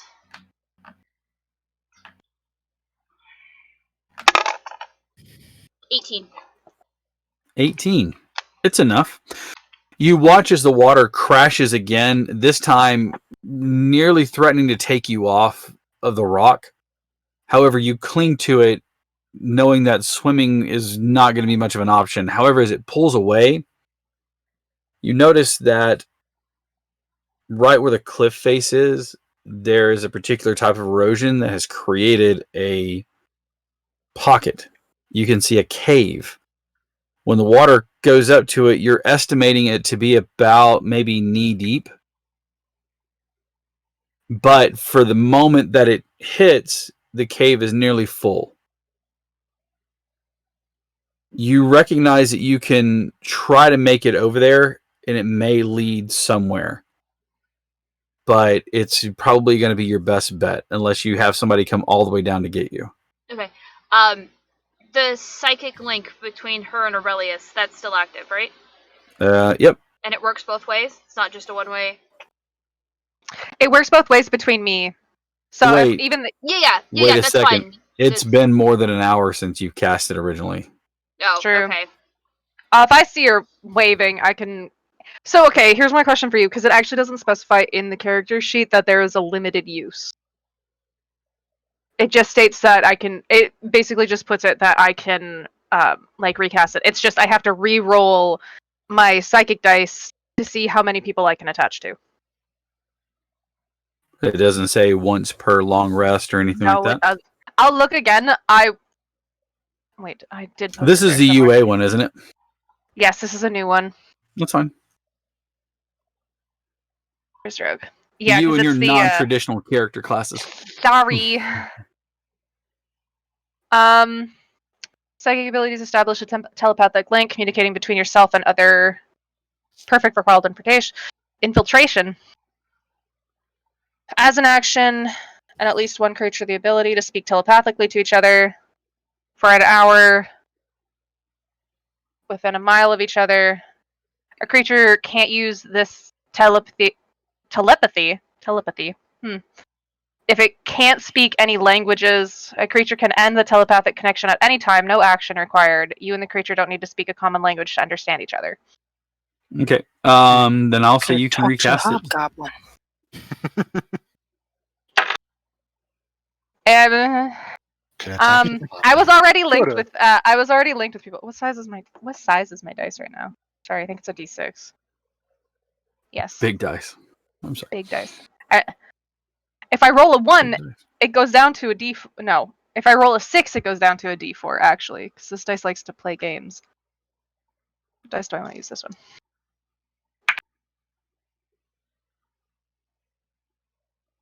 I can telepathically link with everyone. I rolled a 5. Oh, you're like, is that what you were doing? Was counting? Yeah, I was like, I just saw your finger moving. I was like, what are you drawing a number in the air? Yeah, I rolled a 5, so I can link with everybody, including Kiseshi. So anybody can end it at any time, unless if somebody doesn't want it. I'm worried to bond with Gordon because I feel like that teapot thing is canon. So I'm waiting for the just consistent whistle coming from Gordon's brain. He's not raging. Okay, we're good. Of all the people that I wouldn't want to mess with, I wouldn't want to meld with Roderick, to be perfectly honest with you. Actually, I think he's a little fucked up in his head. Well, it's just the telepathic link. It's not like I can read his thoughts unless they're pointed at me. So unless I can, I just feel like he would forget the link is there and then just start saying in his head what he thinks of. Just shit he doesn't say out loud. He's like, you're all like, this channel's live, bro. We can all hear you. Well, I could hear him. I just be like, Roderick, mind your thoughts. Actually, no. I will say the one time I was bonded with Roderick already. Your mic's open. Your mic's open, bro. Dude, bro, your mic's open. You're not muted, friend. So yes, I can bond. I'll bond with everyone again. But okay. It's back. Is it We're like live. a PA? Is it like a PA squelch? Just hello, everyone. Hello, everyone. Sorry for the. Welcome back to my channel. Hey, everybody, it's Aurelius. We are live. Welcome back to my channel. If you have any questions, please feel free to let them go in chat. Don't forget to click the link. Don't forget to link in the description. Don't forget to like and subscribe. Okay. So the link. Rails, we have them sometimes. All right, so we. Sarah, quit shaking your head at me. Okay, so. You're not wrong. Stop You're it. not wrong. So the link is reestablished with everyone. This would be a first for Jesse and Gordon, but hello. Go ahead. Kaseshi's Go ahead, caller. What? Kaseshi is going to just look up at Aurelius and just, I'm fine. I will find a way up the mountain. There's a cave I should be able to get in and through. Hopefully, if not, then I'm climbing. But I'll be fine. A cave on your own. Yes. Doubt. Sure, she'll be fine. No. No, I will. I can come down and go with you. Nope. Just stick with the others. They're probably going to need the help more than I will. If you run into the wyverns, they're going to need more help than I will. Run into something that decides it wants to eat you. She runs into the wyvern, she's dead anyways. They're going to find that I am very difficult to eat. Cool. The metal's bolted on. Actually, given your size in comparison to a wyvern, you're bite-sized. True. Man, I'm really glad that nobody else can hear this conversation going on between Aurelius and Kaseshi. Yeah, it's okay. Aurelius is just gonna okay, please hold. He's gonna talk to everybody else in the group for a quick second. Sorry, I was under the impression it was a party line. No, unfortunately it's not. It's not a the way it was being described, I thought it was a party line. Not a group chat, I apologize. He will send the same question off to everybody though. Please everyone don't speak at once. She found a cave. And she's saying for me to stay with the group.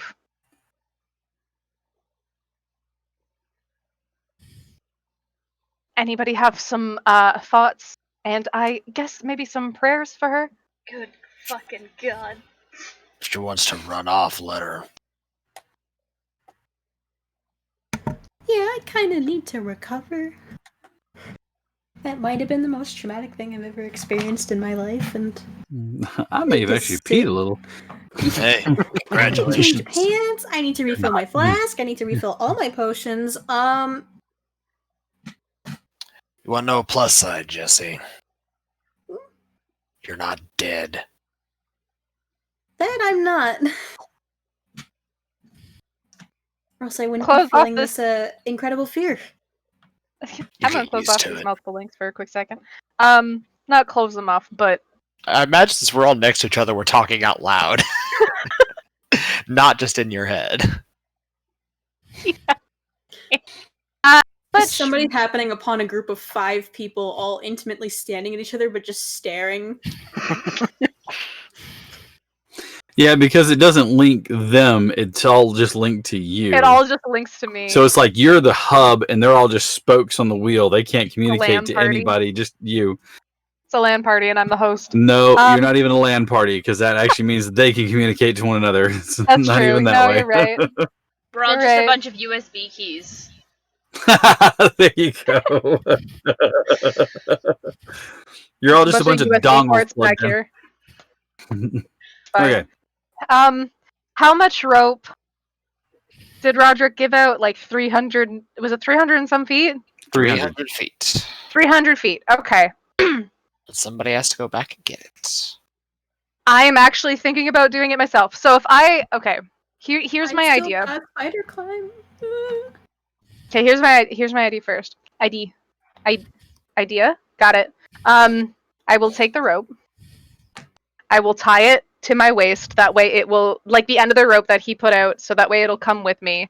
I will go across the rope. Hopefully at one point, a couple points are strong enough that I can actually drop down like maybe 60 feet. It's 120 feet to where Kaseshi has fallen.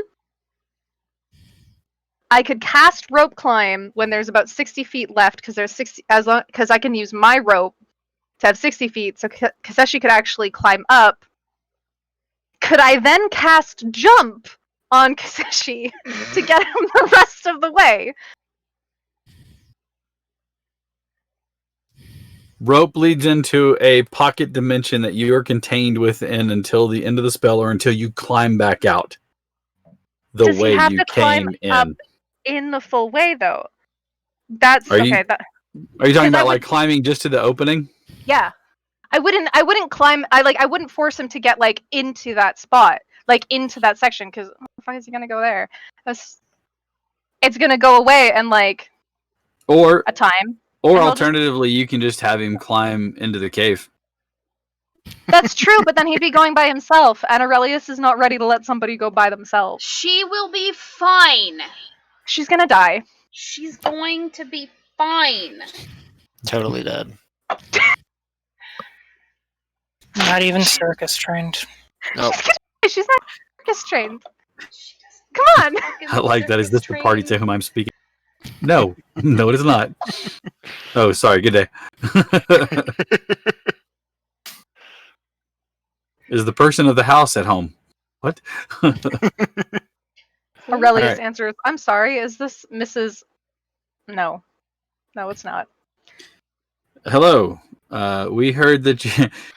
Have you checked the warranty on your car? We'd like to talk to you about... I can't drive! Click. Lately, it's I'm been hey, we want to purchase a piece of property that you have listed, but it's an address that I don't own. So I tried to sell it to him. And then I tried to that's sell a good them. idea. Well, then I tried to sell him 400 Lee Street North, which is the police department. I told him it's a large commercial building that the family's had for years, and we're not using it. So we wanted to get rid of it. And so I took one joke from Glee where it's like they asked for my dad and I said, sorry, he's dead. we'd like to speak to your father. Me too. He went out for cigarettes, and I haven't seen him since. He said he was getting milk. Milk's expired now. All right. So, Aurelius, you're climbing across? Yes, I am taking the end of the rope and I am tying it to my waist as I continue across so I can bring Roderick back his rope. Your stupid fucking rope. All right. So, you're going to go. Fuck! I want to try. I'm not letting her fucking go by herself. If she starts going into that fucking cave, guess who's coming with her? Are you going into the cave? Yes. Give me an Okay. athletics. Actually, yeah, give me an athletics check. 15. Okay. You wait until the wave is rolling in. Use it to propel yourself closer, and then swim. And as it drags back, you catch the edge of the cavern, and you pull yourself in. You're at about knee height. Give me an athletics check to go across this rope. There's adamant one. Aurelius? 20. Dirty Yeah. 20. I rolled a 15. Okay, you're good. No. Do I need to make a perception check to see her going in this cave? I swear to What's God. your passive perception? 16. You do see her body get washed into the rock, and then she seems to disappear. Give me another athletics check. All she hears in her head is, you motherfucker. 11. Oh! Give me a dexterity saving throw. Got it. 24. Okay, you are able to catch yourself on the rope, and the pin that's there holding it anchored stays in place. Perfect. Give me another athletics check.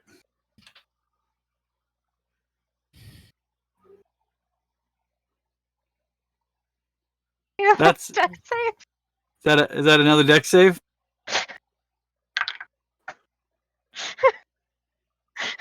Can I? 22. Okay, this time you unfortunately bang off of the side of the rock, sending part of it into the water. You take 5 damage for your troubles. I'll agree to it. Fine. I saw that I temp apologize, HP from this trader. You're mistaken if you thought that was negotiable. Meanwhile, Roderick just sitting down next to Esther. You haven't eaten food. This is funny to watch. All right. 12. What is with you? Yeah. I have a +5, but I'm literally rolling like 7s and lower. Yeah, you are having a hell of a time getting this rope. At some point in time, you're gonna be like, you know what? It ain't even worth it. I'll buy you some more rope. I'm just gonna swan dive off of this fucking cliff into the rocks. Where Not yet. You're too far out. Nobody can cast feather fall on you. You just die. Dex save. Oh How'd you no, there they go. Oh, a dex save. Sorry. Come back. Oh no, come back. 15. do? Okay. You take 2 more points of damage. You're just like, bow, hitting the rock and like I'm spinning upset. around on it. I'm upset because of this stupid snake lady. Nobody told you to come after me! Motherfucker. 22. Why are mom and dad This- fighting? This time you're able to scurry closer to the end. You're almost there. One more roll. It's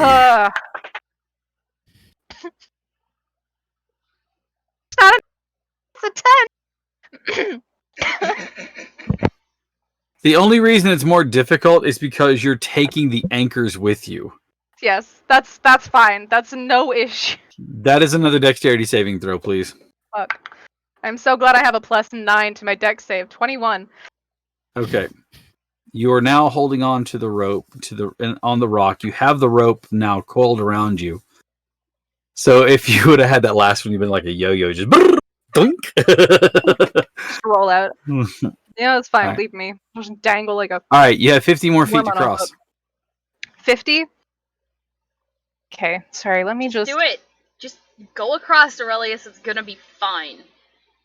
I hope you die at this point. It's your own fault. Jesus. It's your own fault. My fault. Would jump help me here? Mm-hmm. A creature's jump distance is tripled until the end of the spell. So yes, I will use jump on myself. Okay, you're like a lemur jumping from one tree, just like push yourself off and jump I'll across. just like pull the last hook and then quickly away I go. You land rolling onto your shoulder and coming up onto your feet. Your rope? Cut your fucking rope. Thanks.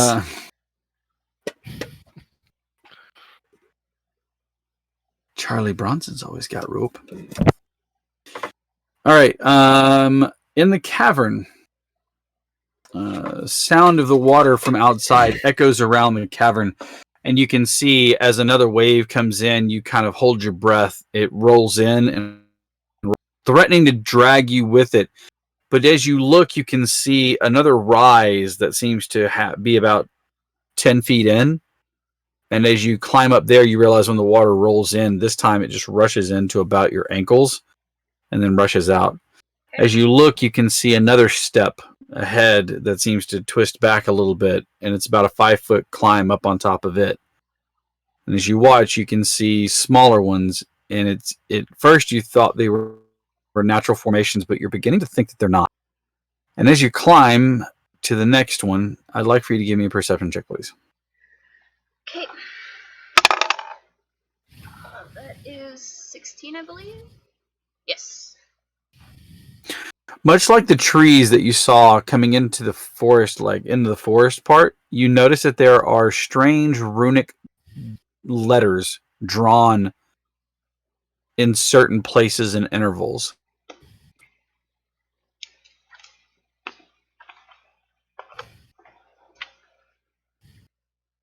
On the rock? They're like etched into the rock, but you can tell that they've been here so long that any of the ones where the water washes in have been completely eroded away, but the ones that are outside of the water look like they've been here for a long time. Okay.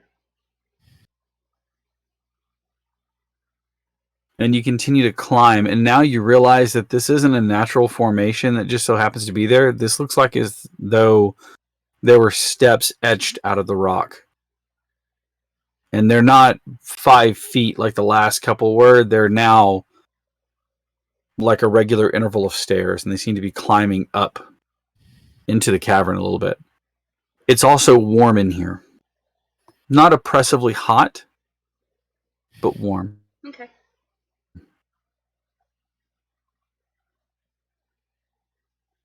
The rest of you are up on top of the cliff. You have no idea. You can still communicate. About to say, I'm like, am I still linked with her? I'm not too sure. She is not a mile away. She is Perfect. Unless it says for some reason it cannot go through rock, which... Nope, it just says a telepathic link. I'll look at it again. I don't remember ever. You climb up about what ends up being about 40 feet, and it levels off into a hallway. Stones have been laid and carved out of rock. You can see that there are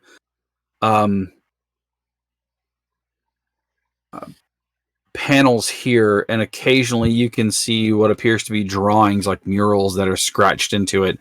Mosaic tiles, some of them fallen away and lay broken on the ground.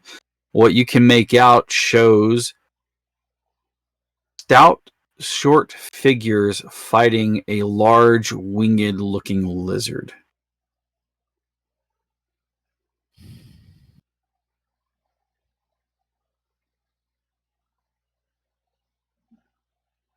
The pictures show the stout figures overcoming the lizard. Hang on a second. I gotta get the order of it right in my head.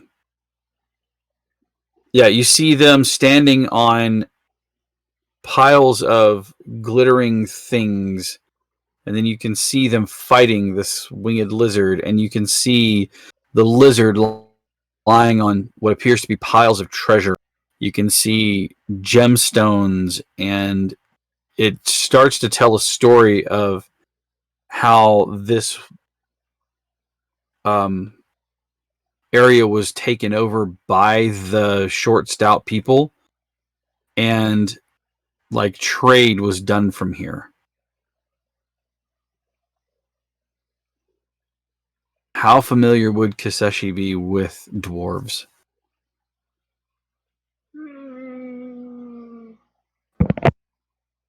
I'd say she'd be fairly familiar with them. Okay, here's a better question. Hey players, how many times in this campaign, either this one or the other, have you come across dwarves?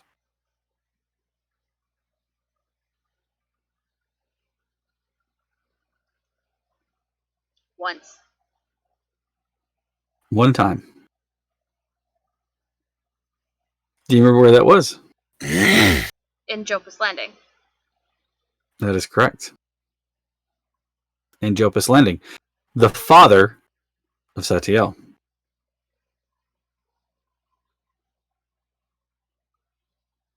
I doubt Kaseshi would be very familiar with them at all. Might be more of a know of than Tales and mythology of a stout but short and hardy people who love crafting and making things from metal and stone, fashioning weapons and armaments that have yet to be seen in or the likes thereof in some time. Continuing down this hallway for a good 60 feet, you come to a set of double doors, passing no doors so far. Okay. One of the doors is open completely. The other one is closed, but you can tell that it's ill-fitting, having either soaked in with time and it no longer fits perfectly in its hole. The other one is open, and you can see a great hall beyond this one. You have dark vision, if I'm not mistaken, correct? I do. Okay. Everything is dimly lit. You can barely make out some of it. But what you do see are large, what you would expect to see maybe like furnaces or forges. And when I say large, they go from the floor to the ceiling a good maybe 80 feet above you. So you've climbed up 40 feet. I'm sorry, they're not 80 feet. They're 60 feet above you. Because you've climbed up 30 feet, and then those are 60 feet above. Okay.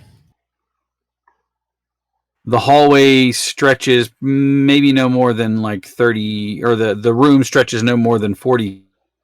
And you can see there are several rooms and offshoots off of here, but you also notice a set of grand stairs on either the left or right that seem to go up again.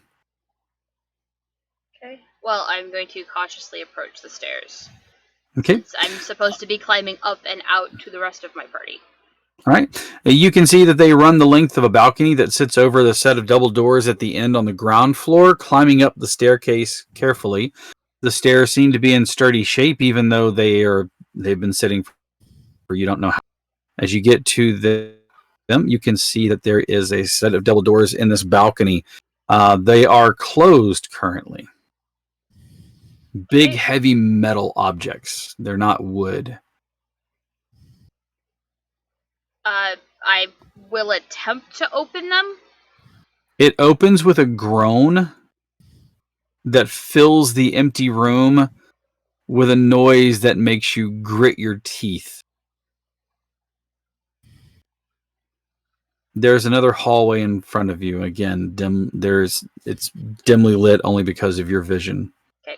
And it seems to go upwards another it seems to go out another 40 feet before climbing up a set of staircases. Like a wide staircase. Okay. I'm gonna keep going, heading towards the stairs. Okay. At this point, I will let Aurelius know that I have found what appears to be a forge of some kind inside the volcano, or inside the cliff. And that I've already climbed about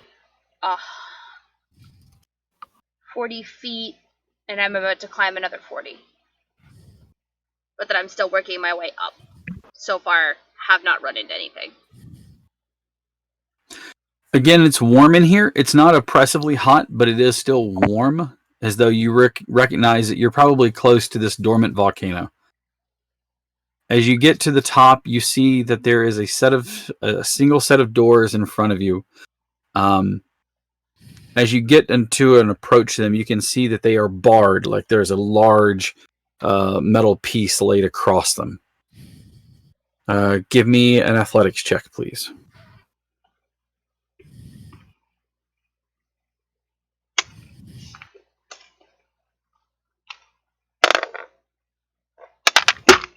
Nine. You struggle as you struggle as you can. It is heavy. You recognize this probably would have taken 3 or 4 people to set in place. I'm gonna give it a second shot, but this time Sure. I'm let's see, I think I have a crowbar in my... Give yourself advantage then. Yeah, let me double check to make sure I have one. But... Sure, certainly. Actually, I don't have a crowbar, but I have my shield. You try to leverage your shield? Yeah. Okay, go ahead and try it. With advantage still? Since I'm doing the leverage, even though yeah, it's I mean crowbar? you're using a tool. It's simplified, but yeah, you're using a tool, sure. That is a 21. Excellent. Yeah, you're able to get it up enough with the shield that you get your shoulder underneath, and easily using that you can fulcrum the whole thing out of the hold. It hits the ground with a heavy clang that fills the air again. You grit your teeth with the sound of the noise and just the sheer eruption of it. As you go to push against the door, you realize that it is not budging. It's like something on the other side of it is holding it in place. Go ahead. So you say push the door because, I mean, for the most part, I've been pushing doors open. Can I attempt to pull the door open?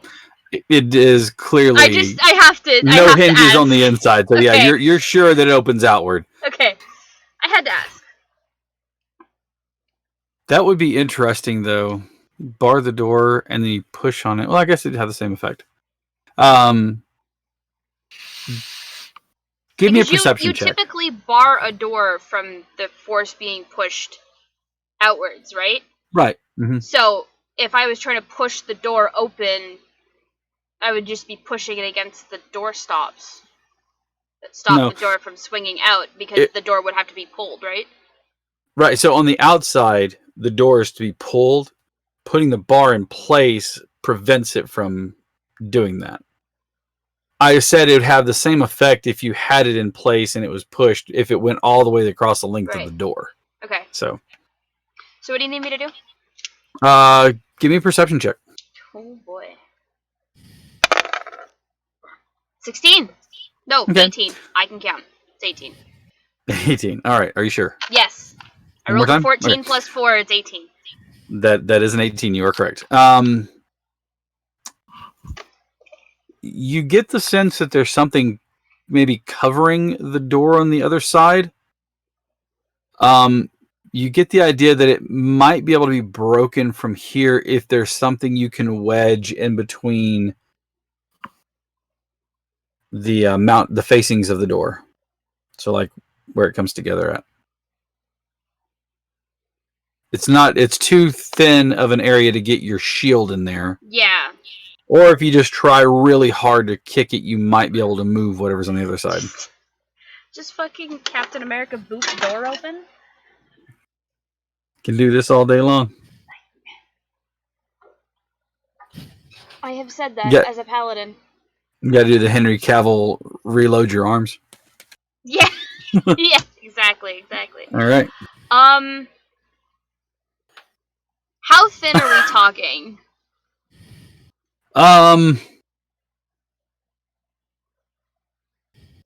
What type of... You're using a katana?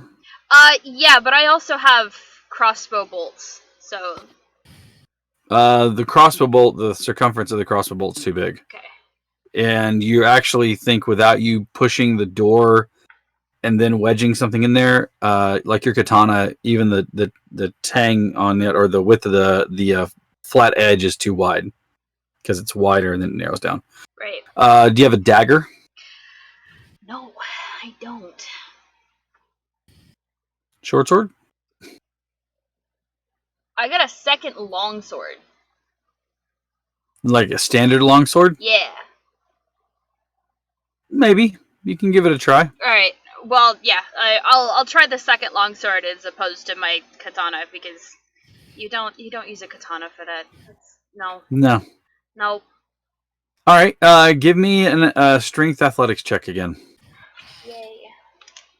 Because those have been going so well for me. You've been getting the feed from Aurelia, or not from Aurelius, to Aurelius, like, hey, this is what that she's seeing as she moves through. How'd that go? 26. Okay. You wedge the sword in there enough, pushing on the door to try to wedge it in there, and as you do, you pop the pommel of it, and you hear the sound of something cracking. Nearby, where the mountain, or where the volcano swerves back around and hits the land, passive perceptions from everybody who's standing on the cliff face watching the disaster that took place a moment ago. That being Aurelius trying to make it across the... Am I making the perception check then? Everybody make the perception check. That's a 19 on the actually, die. what's passive perceptions? 16. 16. 13. 13? Okay. 11. Okay. What was 11? What was Roderick's Roderick's? passive is a 22. Say Roderick. 100 and something. Roderick has a passive perception of 3,000. No, wait. It's over 9,000. All right, so you There it is.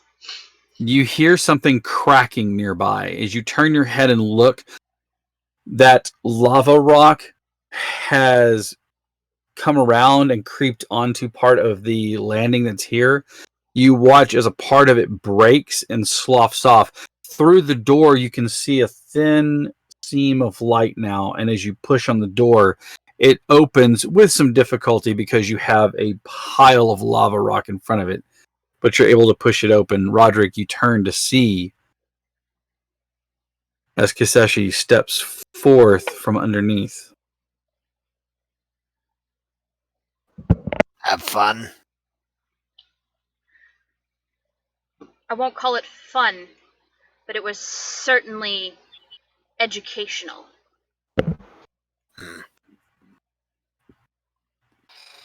What's the likelihood of any of you being interested in any of that? I would think maybe Esther would probably.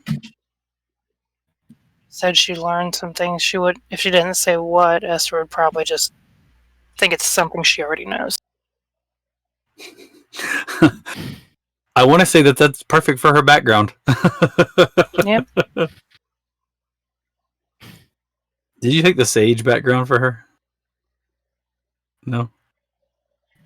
Cloistered scholar, I think. Oh, okay. Cloistered scholar. Same thing with a little narrower scope. Saltiel, basically, because that's his background.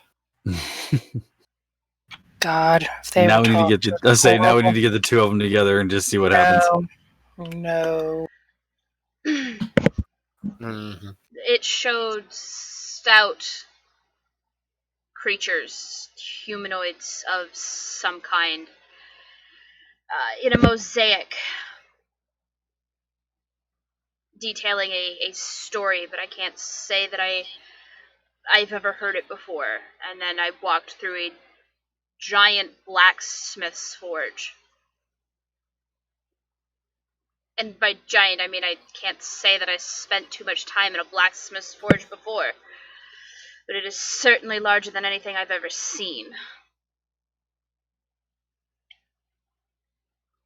Well, on the way back, it's probably an easier way to get back down to the base of the island than that shenanigan. This lets out directly into the water. I'm not sure about any other alternate paths out of the forge, as I was merely climbing up to try and get back to you lot.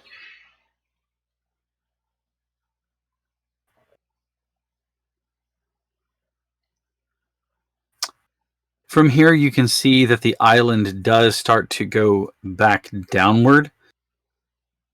And what you couldn't see from the lagoon or from where you were coming inland is you can now see large trees that jut out above the canopy of the forest. And when I say large, imagine you had a normal coniferous forest, and all of a sudden, out of the top of them rose redwoods that didn't belong there. Gigantic trees.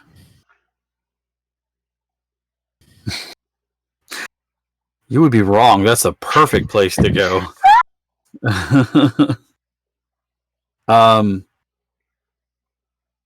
Linking them between, you can barely make. It looks like small bridges or something that seems to connect a lot of the larger trees, and you can see that they are at different various heights.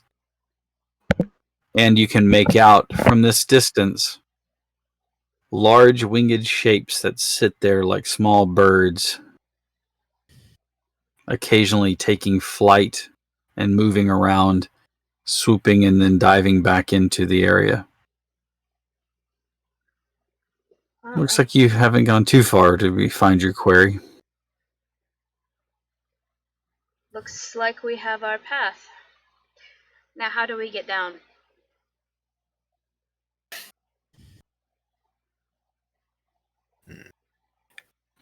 Oh, you can go into the forest again. Pretty easy slope it's down. like a pretty slope down. More pronounced than the other side, but yeah, you can definitely climb down. But we're going to save that adventure for next time.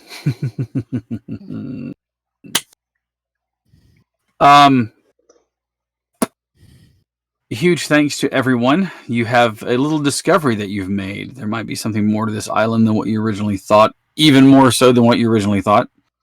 A huge thanks to Maddie, who is always our production manager. She's been running this whole thing on her system, so thank you very much for all of that. To V for getting all of our Q to getting all of our Twitters out and making sure our tweets out to make sure every single Twitter on the world is now. I sound like my dad now. Thanks. That's great. I'm becoming the old man. I just need a driving cap and tell you kids to get off my computer stream. All right. Thanks to Q for getting all of our tweets out and making sure that all our social media matches up. If you follow us, please make sure when you see one of our tweets, share it. Share it around. Share the love. Let everybody know we're here. A huge thanks to Sarah, Eric, Steve, and Molly for being players with us tonight. As always, I am your host and your DM, Heath, a.k.a. the Diabear GM. Next week, as I mentioned, for those of you who did not catch the beginning of the stream, we're going to be doing a little something special. I'd like to showcase, given the climate that we have going on, I want to showcase some of the other streams, creators, whether that be content, art, game designers. I know of a couple that I'm trying to find their stuff because I want to link. There is one out there that is just, oh my god, it's just beautiful, and I love it. It's more of a post-apocalyptic kind of like Numenera, if you've never ever heard of that. Swordfall is the name of it, and I think that's the name of it. I gotta double check that. But we also have some cosplayers that we'll be showcasing. Thanks to Maddie for bringing those up. And we're just going to run kind of a chill stream next week. I'm going to kind of refresh. Given the climate, I just wanted to do something that wasn't here. Thank you all again for hanging out with us tonight. And we will hope to see you all next Monday. Don't forget, we do have games tomorrow where we're playing Vampire the Masquerade, Valley by Night, and we are also back on Wednesday with Monster of the Week, and on Thursday, no, Monster of the Week. Not this week. It's my mom's birthday, so I'm making separate. No Monster of the Week this Wednesday. So, however, on Thursday we do have Descent into Avernus, unless you're going to give me the X on it again. Nope, we're All running right. Descent into Avernus. Just Excellent. Wednesday. Sorry. That's okay. Family. I get it. I will not be available because I am running a birthday party for a 5-year-old tomorrow. So, anyways, everybody have a good night. Take care of yourselves. And until next time, thank you. Bye, everyone.